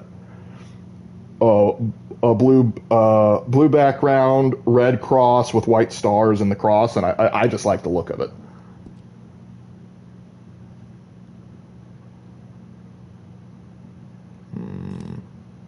The Falcon. Let's take a look at you. Not terrible. Not sure if you've met that taxidermist, Mrs. Hobbs, who lives near here. She's quite a character.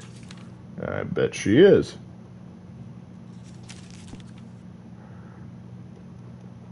Provisions.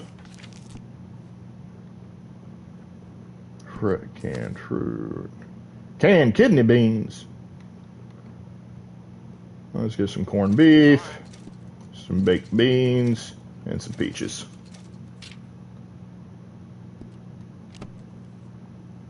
There you go. There was something else I wanted. What was it? Oh yeah. Hey, what did I do? Open that thing now. No need to be a brute. You'll have all the money.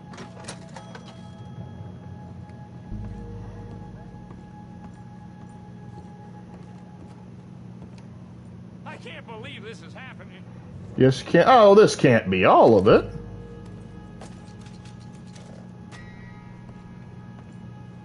There's something else over here.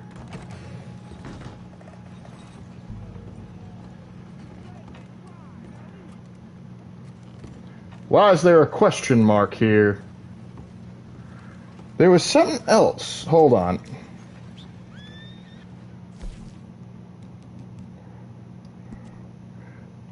Look around the shop to investigate. Okay, so I shot my shot a little too early. That's the problem. And I'm going to have to come back a little bit later.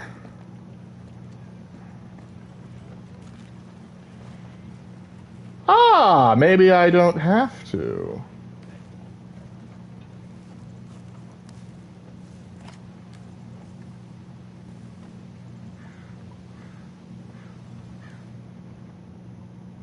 Yep, he's moonshining. A great New Year's, dude. All I did was watch anime and drink Jim Beam. Hey, worst ways to spend an evening. I wish groceries were that price nowadays. Yeah, inflation can be a pain, isn't it? I could now rob the shop's side business. But I'm not going to be able to get back in for a bit, so... Oh well. I'll pass the time by robbing a carriage. I got something here that might be of interest. That'd be mighty fine. Oh, first I gotta pay off my bounty. I may have killed a man. That deserved it, mind you. Alright, now... You want this now, then? Or no? I'd like it very much, sir. Thank you. What you got for me this time, Hector? Coach heading to Appleseed Timber. Supposed to be a lot of guns. Guns? Catch them off guard. Okay. Oh, no, they're guarded. I thought you like there was a shipment of guns. I got excited, thought I might get a new one. Well, I see ya. Well, thank you. And thank you for not being, disenfranchised man and... Oh, Arthur, I can already tell the tuberculosis is hitting you.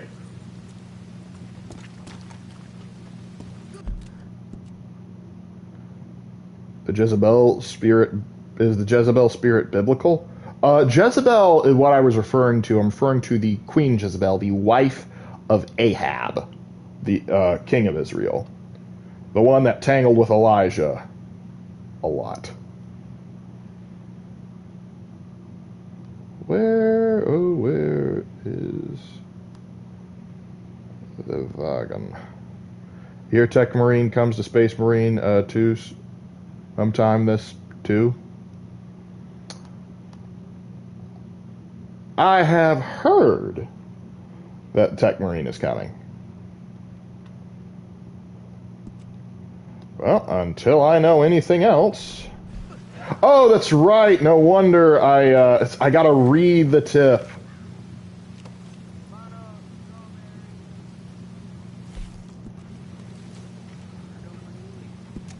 Railroad Bridge, north of Appleseed Timber Company, coming west, heading from Appleseed, carrying wages. Guards should be in the back. Expect a couple of guards. All right, got it. Yep. Come on, Vale. We got a carriage to rob. And if we do this correctly, we might be able to sell the carriage itself. Was Garfield president in Red Dead 2? No, he's not. It's a completely different set of politicians. Red Dead's timeline kind of... It's different, because keep in mind, we are in American states that do not exist. Saint Denis is basically a fill-in for New Orleans. Rhodes is basically... I think they were going for Texas with that. But... Again, Lemoyne is basically the state of Louisiana. So yeah, there's some differences in the timeline. We know Gettysburg still happened. We know like all the East Coast is still the same. So I don't know the exact divergence in the timeline to give us, well, this.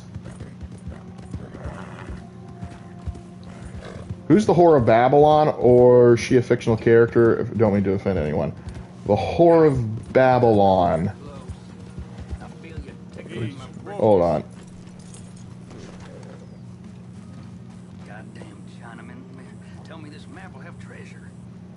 Howdy. Sweet Juniper and boiled Satan, you scared me. Didn't mean to. Boiled Satan? Yeah, I get that a lot. So, what's that you got there? You ain't interested in no scrap paper. It's nothing. Just something for wiping and sniffing in the night. Yeah. Well, I got to go now. Hey, why the hurry, partner? I got a hightail. Don't you follow me now. You can't just do that. I lassoed a tree. Very impressive, I know.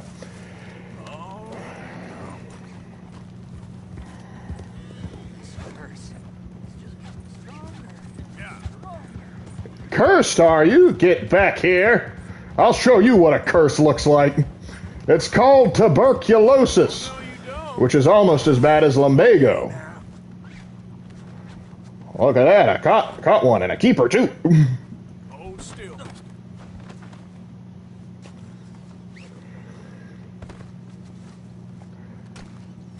Come on now. You gotta cut me loose. Come on, you got your map. You'll be rich from it. Enough. All right, I'll cut you free. Seems like a waste of rope, but... You ain't gonna leave me like this. I just let you go. You're welcome. Almost as bad as lumbago. Go on and get lost. Okay, I will.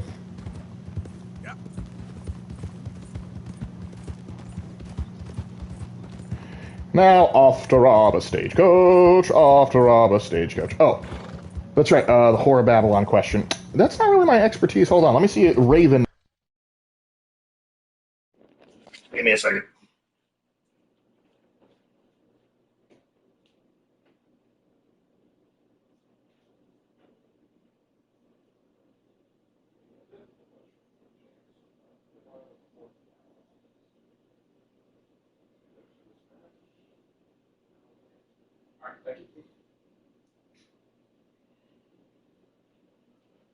Alright, Raven's in the middle of a match. When he's done with that, he will come and answer. Alright. Is moonshine illegal because it doesn't follow federal regulations? Moonshine is illegal because, well, historically speaking, it used to be illegal because the production of alcohol was illegal, except for very specific circumstances. Moonshine today is illegal because it is manufactured, one, not following federal regulations, and two, it without federal licensing. One of the You might not have heard me, but one of the big problems with moonshine is that it's made basically off the books. And so no federal taxes are collected. And we've been taxing alcohol since practically day one.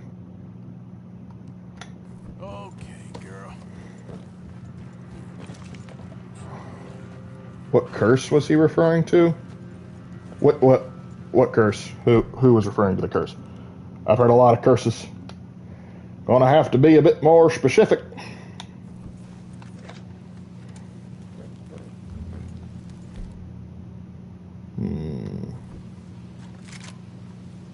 Map guy.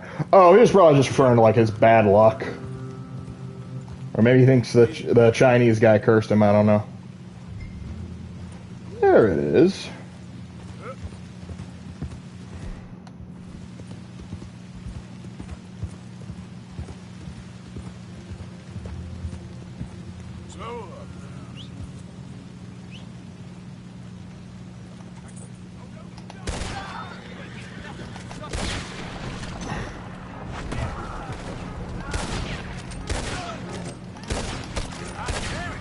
There we go.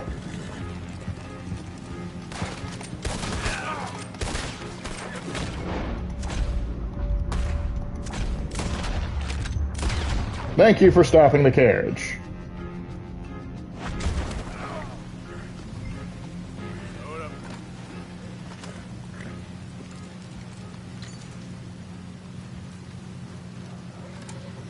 Don't want to let anything go to waste now, do we?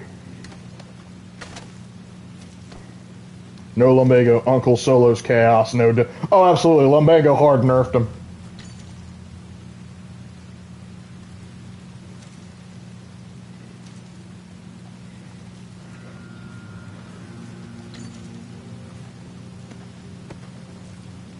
Red Dead 3 Jack becomes president. I mean, I won't say it's impossible, but I will say it is improbable. But we'll see.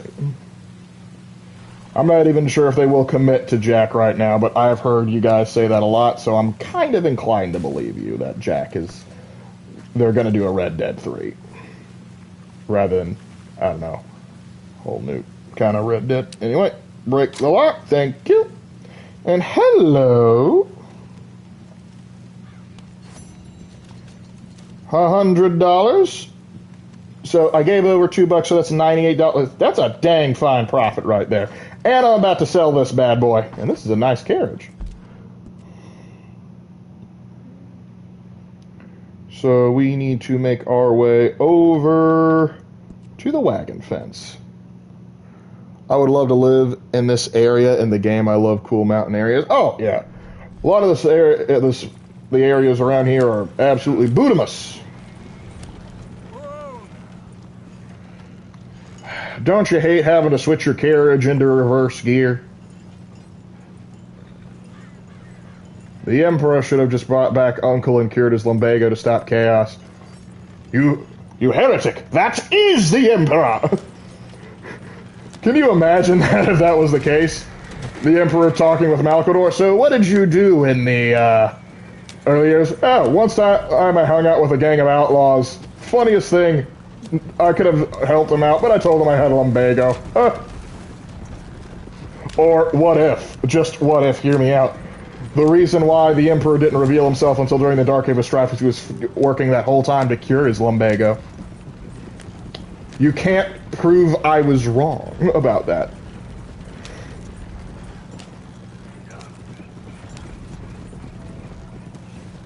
They'd likely do a Prohibition if they're going to do a third one. You could definitely do a Western-style gang drama. I know, but if you're going to be doing going further in time, because keep in mind, like Jack in the epilogue of the first one, I think it was like what 1916. So it's I almost like at that point you're almost getting into mafia territory there. So, because at that point I'm almost like, hey, can we get another LA Noir?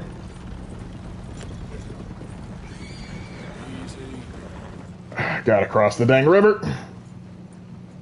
That's canon. It's the lore. Hey, I don't make the lore. I don't lie. I just tell the wrong truth. Pimps! Again, if you know that reference, you're awesome.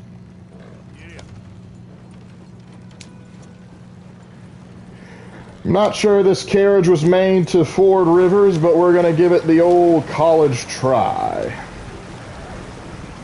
Yeah, I would like it if they do during Mafia time. Cowboys versus Oh, that is a sharp turn. That is a sharp turn there, not doing me any favors. Papa Fleet Pimps!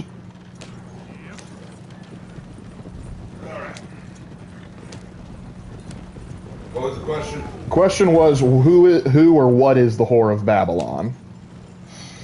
The Whore of Babylon. What brought this on? It was just a we were comparing, like they were comparing as John, like John in the Bible, and I was like, no, not really. And I was like, who's Micah like? And I said Jezebel, and that brought up the spirit of Jezebel. And so it was like, hey, question is, who or what is the Whore of Babylon?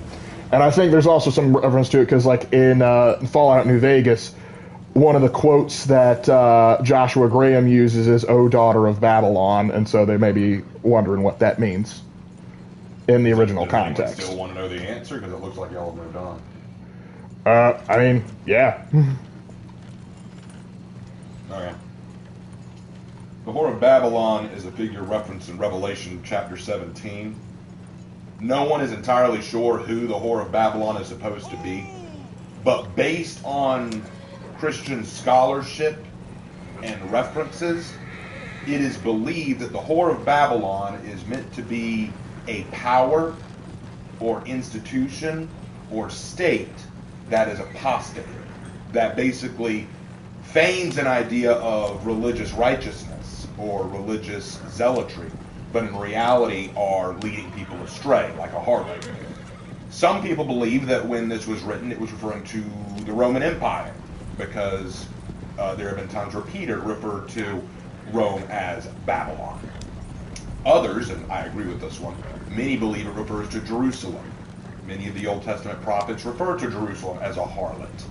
And so it makes sense that Jerusalem, which once stood to be the ultimate bastion of religious righteousness, is now a harlot and false.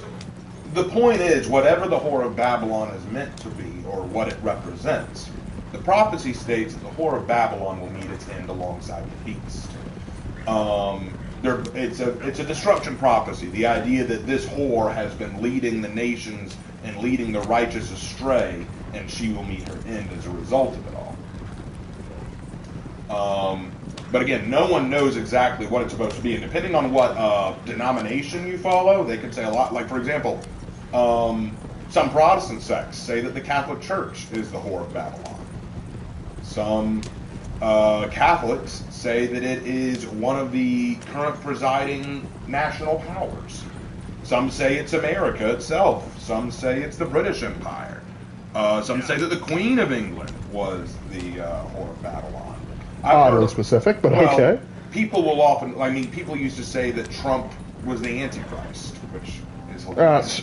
I think every president since like Reagan has been accused of being the Antichrist at least once. I'm not an expert in apocalyptic doctrine. That's not my area of study, and I don't know as much about it. I know what some people say about certain things. I've heard a lot of theories. Do I know for sure what the Whore of Babylon is meant to be? No. Do I care? Not really. To me, I've always fallen under the idea of this. God is going to come back when he's ready to come back, not a moment before or after. He told his followers, you don't know the time and date I'm coming back, and honestly, that's not for you to know. Don't worry about it. All you should care about is using the time you have before my return to do what I've told you to do. He gave the great, in fact, literally, the apostles came to Jesus and said, when will you establish your kingdom? And he said, that's not for you to know. And then right after he did that, he ascended and gave them the Great Commission. Our job is to make disciples of all nations. Our job is to save the world from destruction. Our job is to bring the message of salvation to everyone. If I spend all my time reading Revelation or reading the prophecies of Daniel and just go, oh, look at that. That's the whore of Babylon. Oh, that's the Antichrist. Oh, that's the beast. If I spend all my time doing that, I'm not only going to scare myself to death coming up with prophecies that may not be true, but I'm also probably going to be wrong on a lot of them, and I'm not doing what God called me to do. God said specifically, that's not for you to know. He did not say these prophecies to scare us. He gave these prophecies as a promise that justice is coming. Revelation is not a book about, be afraid, here's what's coming. Revelation is a book of, I will win. And that's what I focus on. You didn't run when last we spoke. Can the whore of Babylon be a form of authoritarianism like Marxism?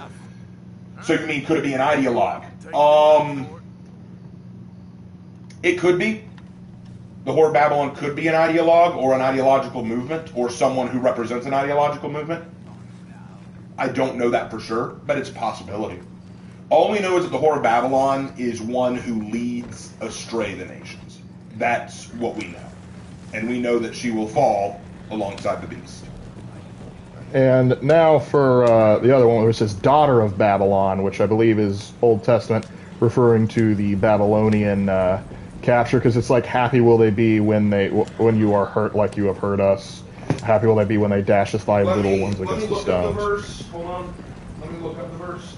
Yeah. Because without knowing the book or context, that could mean a lot of things. I want to say it's no, it's not Daniel. But it's definitely Old Testament. Daniel wouldn't be talking about that. Hold on, let me look it up. Just title like, O daughter of Babylon, who art to be destroyed.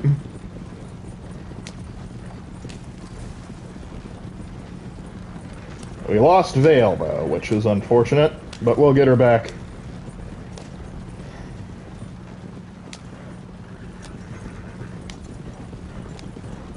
It's Psalm 137. It's not a prophecy, it's a psalm. Ah. That's why you were throwing me off. I was like, that doesn't sound like a prophecy. I know, that's because it's a psalm. Let me see. Psalms. Psalm 140.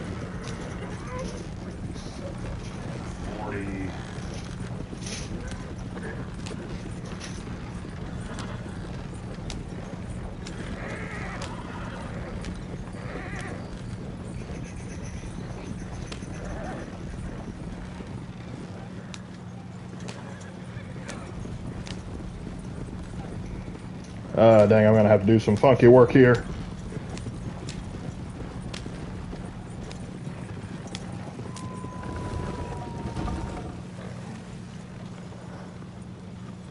Alright, we're moving.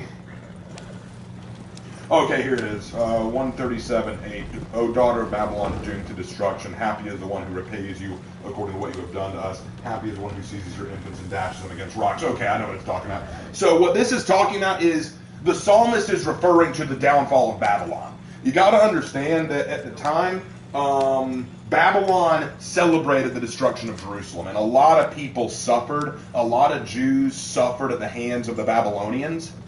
And so what happened is later in, I think it was about 540 BC, I could be a little off on that, but about 540 BC, the Persians and the Medes destroyed Babylon. And many of those who'd been oppressed by Babylon who were still alive saw this victory and were probably really happy about it. It's essentially kind of like it says in verse 9, happy is the one who seizes your infants and dashes them against the rocks. That sounds harsh, but what it's referring to is basically saying what's being done to you is what you did to us. And so when this is said in Fallout, he's basically saying, you who have done evil, you who have done wicked, you're Babylon, you treated us with wickedness, we are happy to see your downfall. Joyous are the ones who see your downfall. So when it says, O daughter of Babylon, doomed to destruction, it's saying, you're doomed to be destroyed, you're doomed to be dashed. Happy is the one who repays you according to what you have done to us. So the Persians and the Medes who destroyed you are happy to have destroyed you. And happy is the one who seizes your infants and dashes them against the rocks.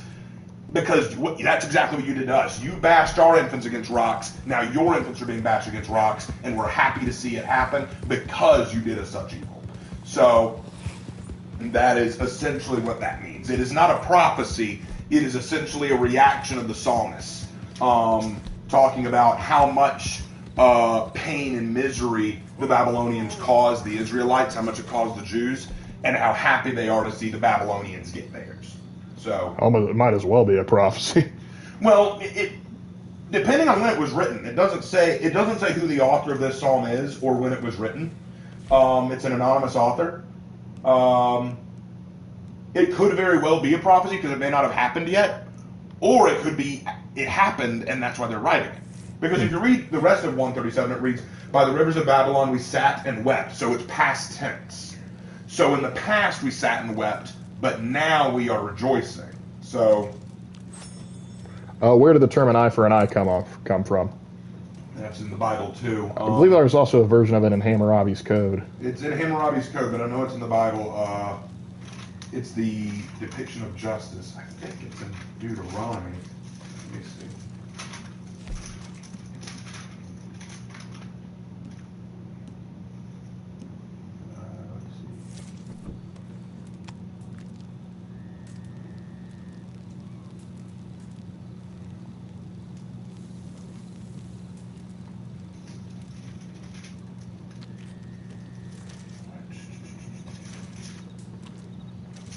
Blessings for obedience.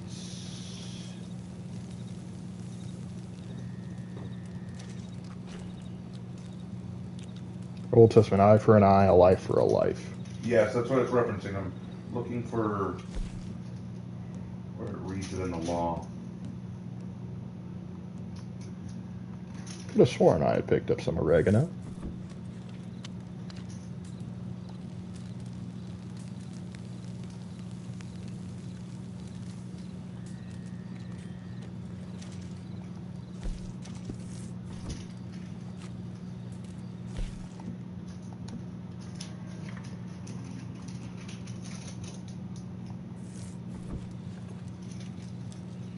Maybe it's not Deuteronomy. I could be looking in the wrong book. Worship of other gods. Fear the Lord. Let me take a look. Let me look at it specifically. I could be in the wrong book.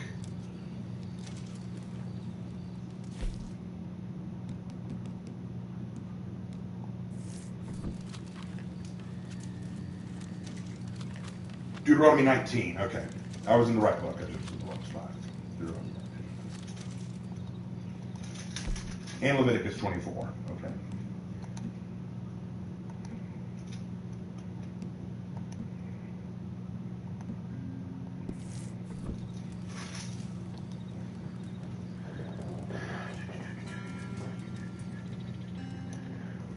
Howdy there, Michael.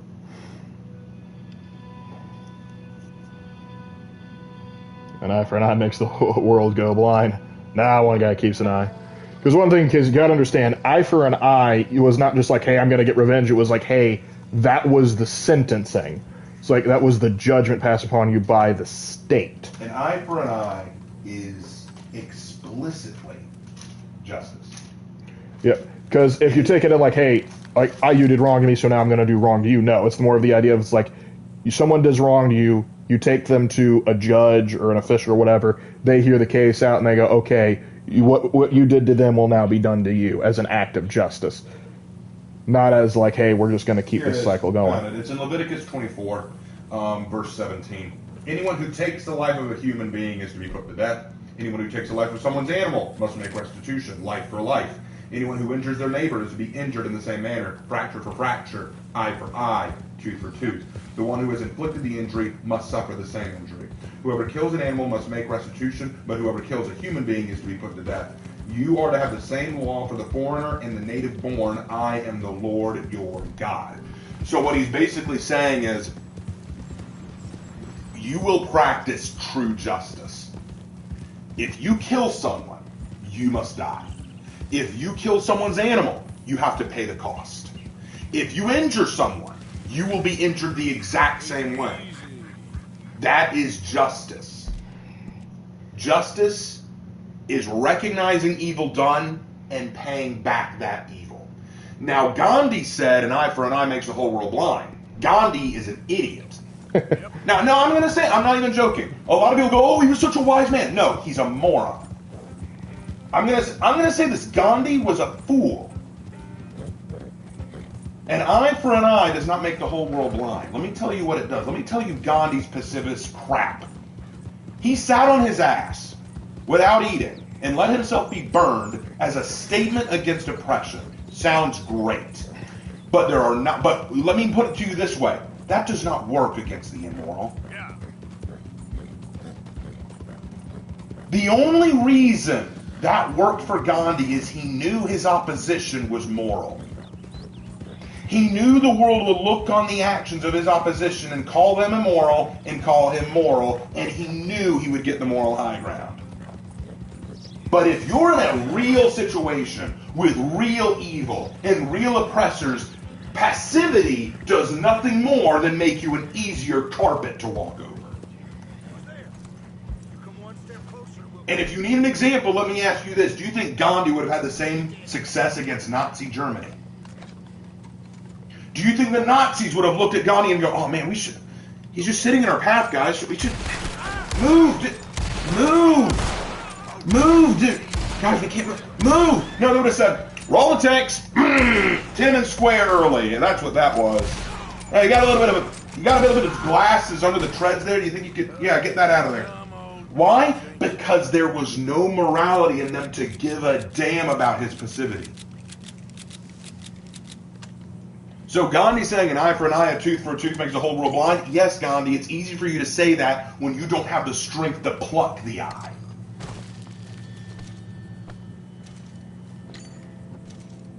There's an old saying, the victims of oppression don't want the oppressors to learn about their mistakes. They want them to be punished for their mistakes.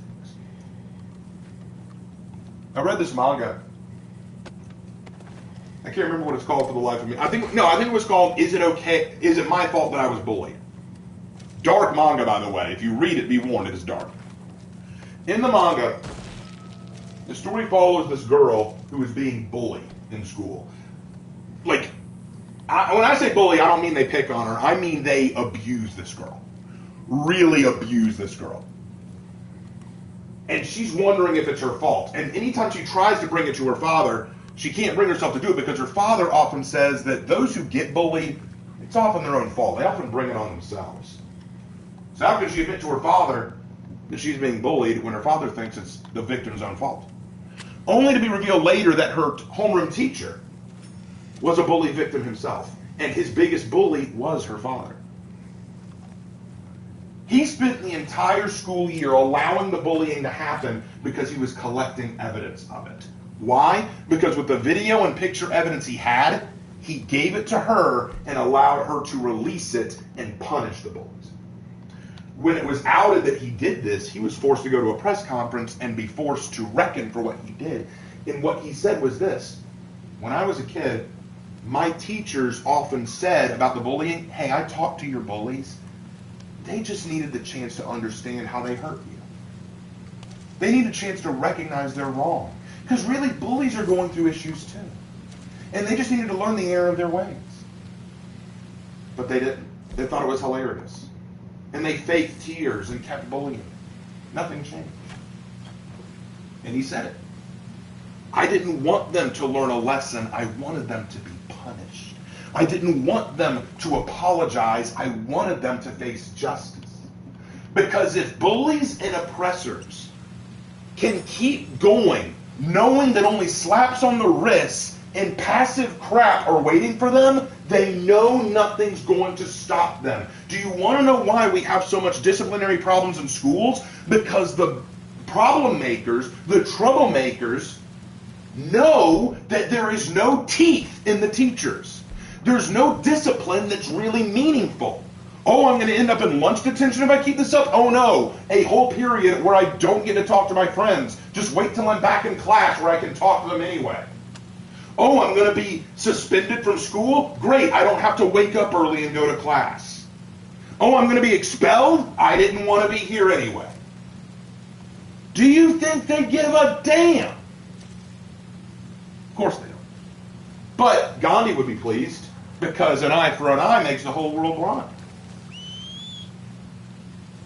Make corporal punishment great again. If a bully shoved my daughter or son's head in a toilet and made them eat shit, I would find them, shove their head in the toilet, and make them eat the same shit.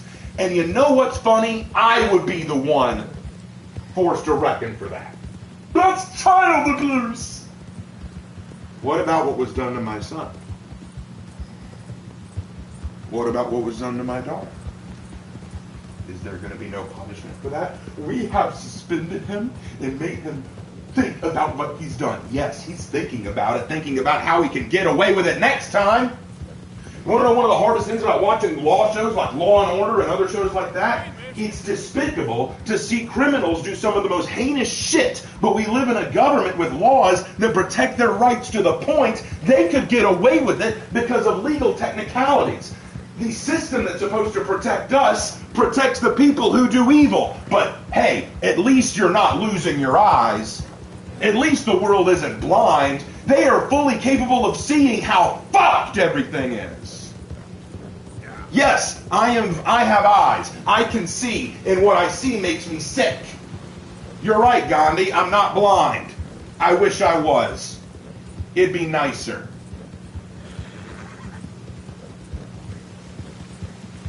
That's why I think Gandhi was a fool. Pacifism has its place. I'm not saying it doesn't. The Bible teaches pacifism. Jesus said, if a man strikes you on your on your right cheek with his right hand, then you turn the other cheek to let him strike the other. Why? Simple. Because we shouldn't rise to insults. The kind of strike that Jesus was talking about is an insulting backhanded slap. He's saying, if someone insults you, don't rise to it. Get over it. Let them hit you again. Prove you're better than that. But you know what he also said? If you own 2 coats, sell one and buy a sword.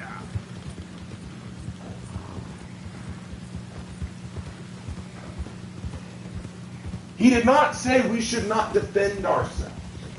He did not say we should not be prepared to fight. Of course there's going to be fights. Of course we're going to need to defend ourselves. Of course there's going to be moments where we have to stick up for ourselves.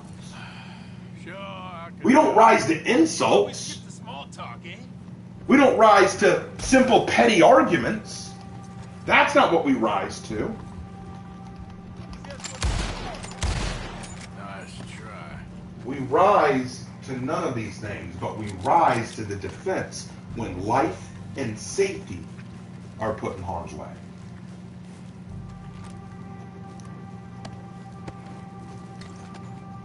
So that's why I disagree vehemently with Gandhi. Do I think that he was a man with interesting philosophies? Sure. Do I think that he deserves the fame he had? Yeah. But do I think he's a model to practice? No. Particularly with the sexual allegations against him. Oh, well, I didn't even bring those up. I was just more looking at his philosophies. But yeah. Now, as far as Desmond Doss's, I disagree with Desmond Doss' philosophy, but I give him credit to what it is, because Desmond Doss, he did not want to stop the war. He wanted to go and serve in it. He just didn't want to be a part of the actual fighting. He wanted to go out into combat and save men's lives. And so I respect that. However, I don't think that the idea that you aren't allowed to hurt anybody I don't think that's biblical, because we see instances in the Bible where it's like righteous men have to defend themselves and their families and their country. People who say the Bible teaches passivity don't know anything about the Bible. They think that Jesus was just a peaceful Gandhi-style preacher who denied all forms of violence in any capacity. But there are a couple things you need to remember. First of all, the days of Jesus were days of peace. Yes, there was oppression, but it was also days of peace. The Jews were not at war. Rome wasn't really at any meaningful war. It was minor stuff, nothing serious. There was no reason for war or conflict. But did that mean that the Jews were never at war? David was a warrior king. But he was also called a man after God's own heart. How can you be a man after God's own heart if God detests war, but you are a warrior? God doesn't hate war. God doesn't hate violence when it's done for righteousness' sake.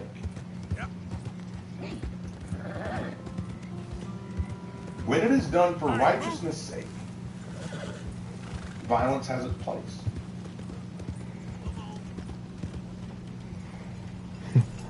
Never get WWE table flipping and whipping Jesus. Well, Jesus had a violent episode there, but that was completely justified. Well, he was justified because there was righteousness in what he did. Blessed are those who are persecuted for righteousness' sake. Paul said that. Blessed are those persecuted for righteousness' sake.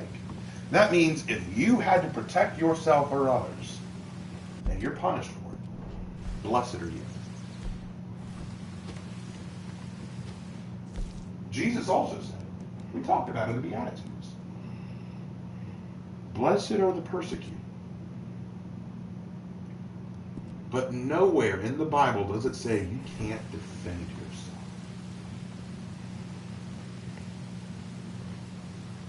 So that is my stance on that. Fun times. Yeah, well, thank you for that. Yay.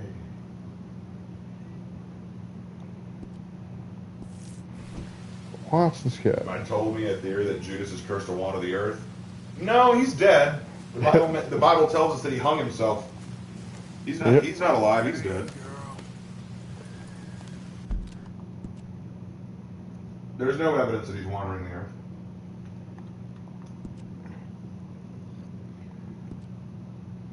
Jesus is always justified. It's to illustrate that Jesus was capable of violence, and violence is justified as criminal. Well, what Jesus did was just. Yeah. It's not just that Jesus is always justified, because here's the crazy thing. Jesus was capable of sinning. He never did. The whole point of Satan tempting Jesus in the desert was that Satan was trying to get Jesus to sin. He was trying to break the Son of God, and he couldn't. Because Jesus is without sin. He withstood all sinful temptation. The fact that he was capable of sin but did not is what's so incredible. He did not sin when he lashed out in the temple. He did not sin because what he did was righteous. He defended the house of God. He defended what it was supposed to be. He said, "You've turned my father's house into a den of thieves." He protected them. I used to have this short story idea of someone who protects a church. But just someone who stands out in front of the church and just protects it. I don't know from what changes with my different iterations of the story. But there is no wrong in protecting lives. Protecting people. There's no wrong in that. Many people like to say that the Crusades were evil because there was no point to them. Really? Protecting the lives of thousands of Christians? Taking back wrongfully taken land that was not theirs? Defending the holy places and the holy sites? That's not righteous? Who were the Nephilim? A lot of debate on that, but what we think we know about them is that they were the offspring of angels and humans. That's about all we know.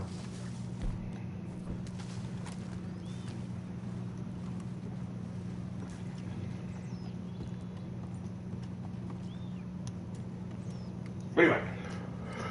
But yeah, thank you. Good discussion there.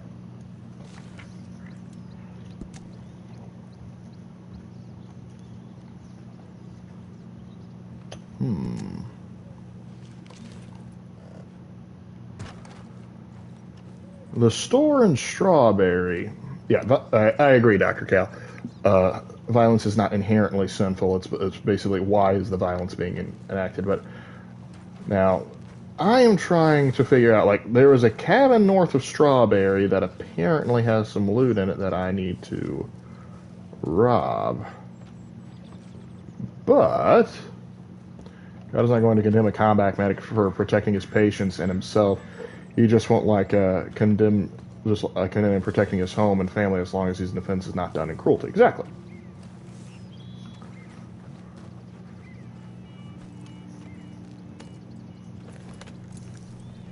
Alright, so this is a bust. Somewhere north of Strawberry. Oh, it's open again. Now I can go rob the general store. He finally had the courage to open up again. I'm about to whack it. Let's go.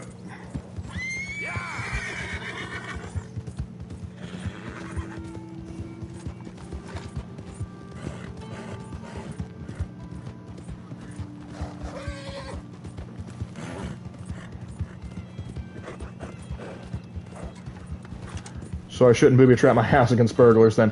I would advise not booby trapping it, not on theological grounds, but more on the idea of you don't want to run afoul of one of your own booby traps. You don't want a friend to go somewhere. You're like, oh, wait, hold on, I forgot to disarm it, and then bam, they get hurt or die. And then that's a whole legal thing right there. How many times do we have to teach you this lesson, old man? I think this is the second time, so...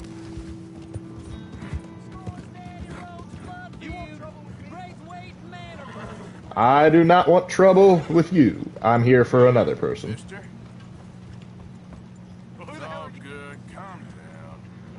That's be the most aggressive way. I'm riding a horse. If you do not understand that, I don't know how to help you. Just in case this gets overly hostile.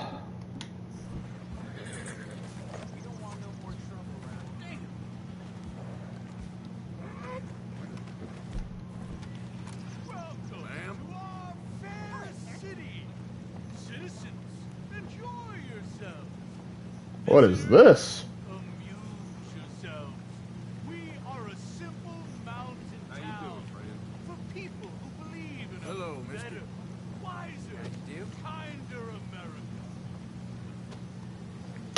All right, he's shoveling something. Got to change the subject point, but I appreciate people dislike comos. I can't condone wood chippering them because it's taking pleasure in killing. Killing should be done detached. And that's one of the things that I think it's like people talk about bringing corporal punishment back. And as people like to joke, oh, I bet you'd like to deliver it. And I'm like, that's the thing. I think there would be... Buddy, you know damn well why I'm here. Not so fast. Basement, I want to see what you got cooking down there. That ain't nothing. Just a little batch of white lightning to warm the old bones. Take me down there. Now!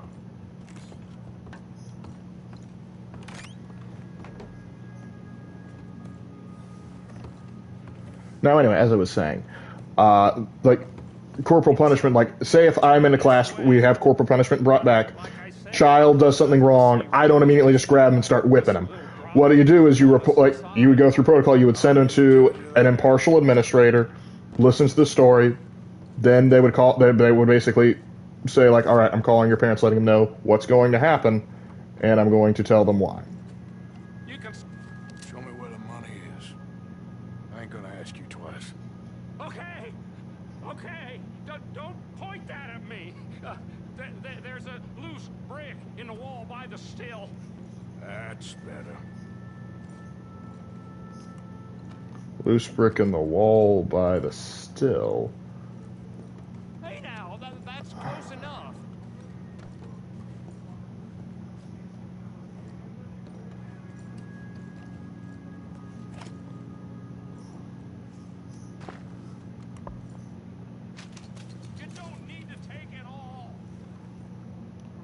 I don't, but I will. Valerian root. I wonder how we got turn the other cheek to you can never defend yourself as a Christian for any reason whatsoever. Two reasons. There's historical context that there are a lot of Christian martyrs who did not choose to fight, and then they would either cite that for the defense or other people would assume that's the reason they're doing it. And so they figured they would need to pacify. Also, the other thing is a lot of people will try and hold that over Christians by saying, you can't get upset with me. You can't upset. You're supposed to turn the other cheek. Remember that? Basically try and use it. But typically the people that do that don't understand the context. And there is the case that some people genuinely, they just look at they just read that verse and they don't understand the context behind it. They just take it at complete surface level. And so you have that issue. I'm already sick.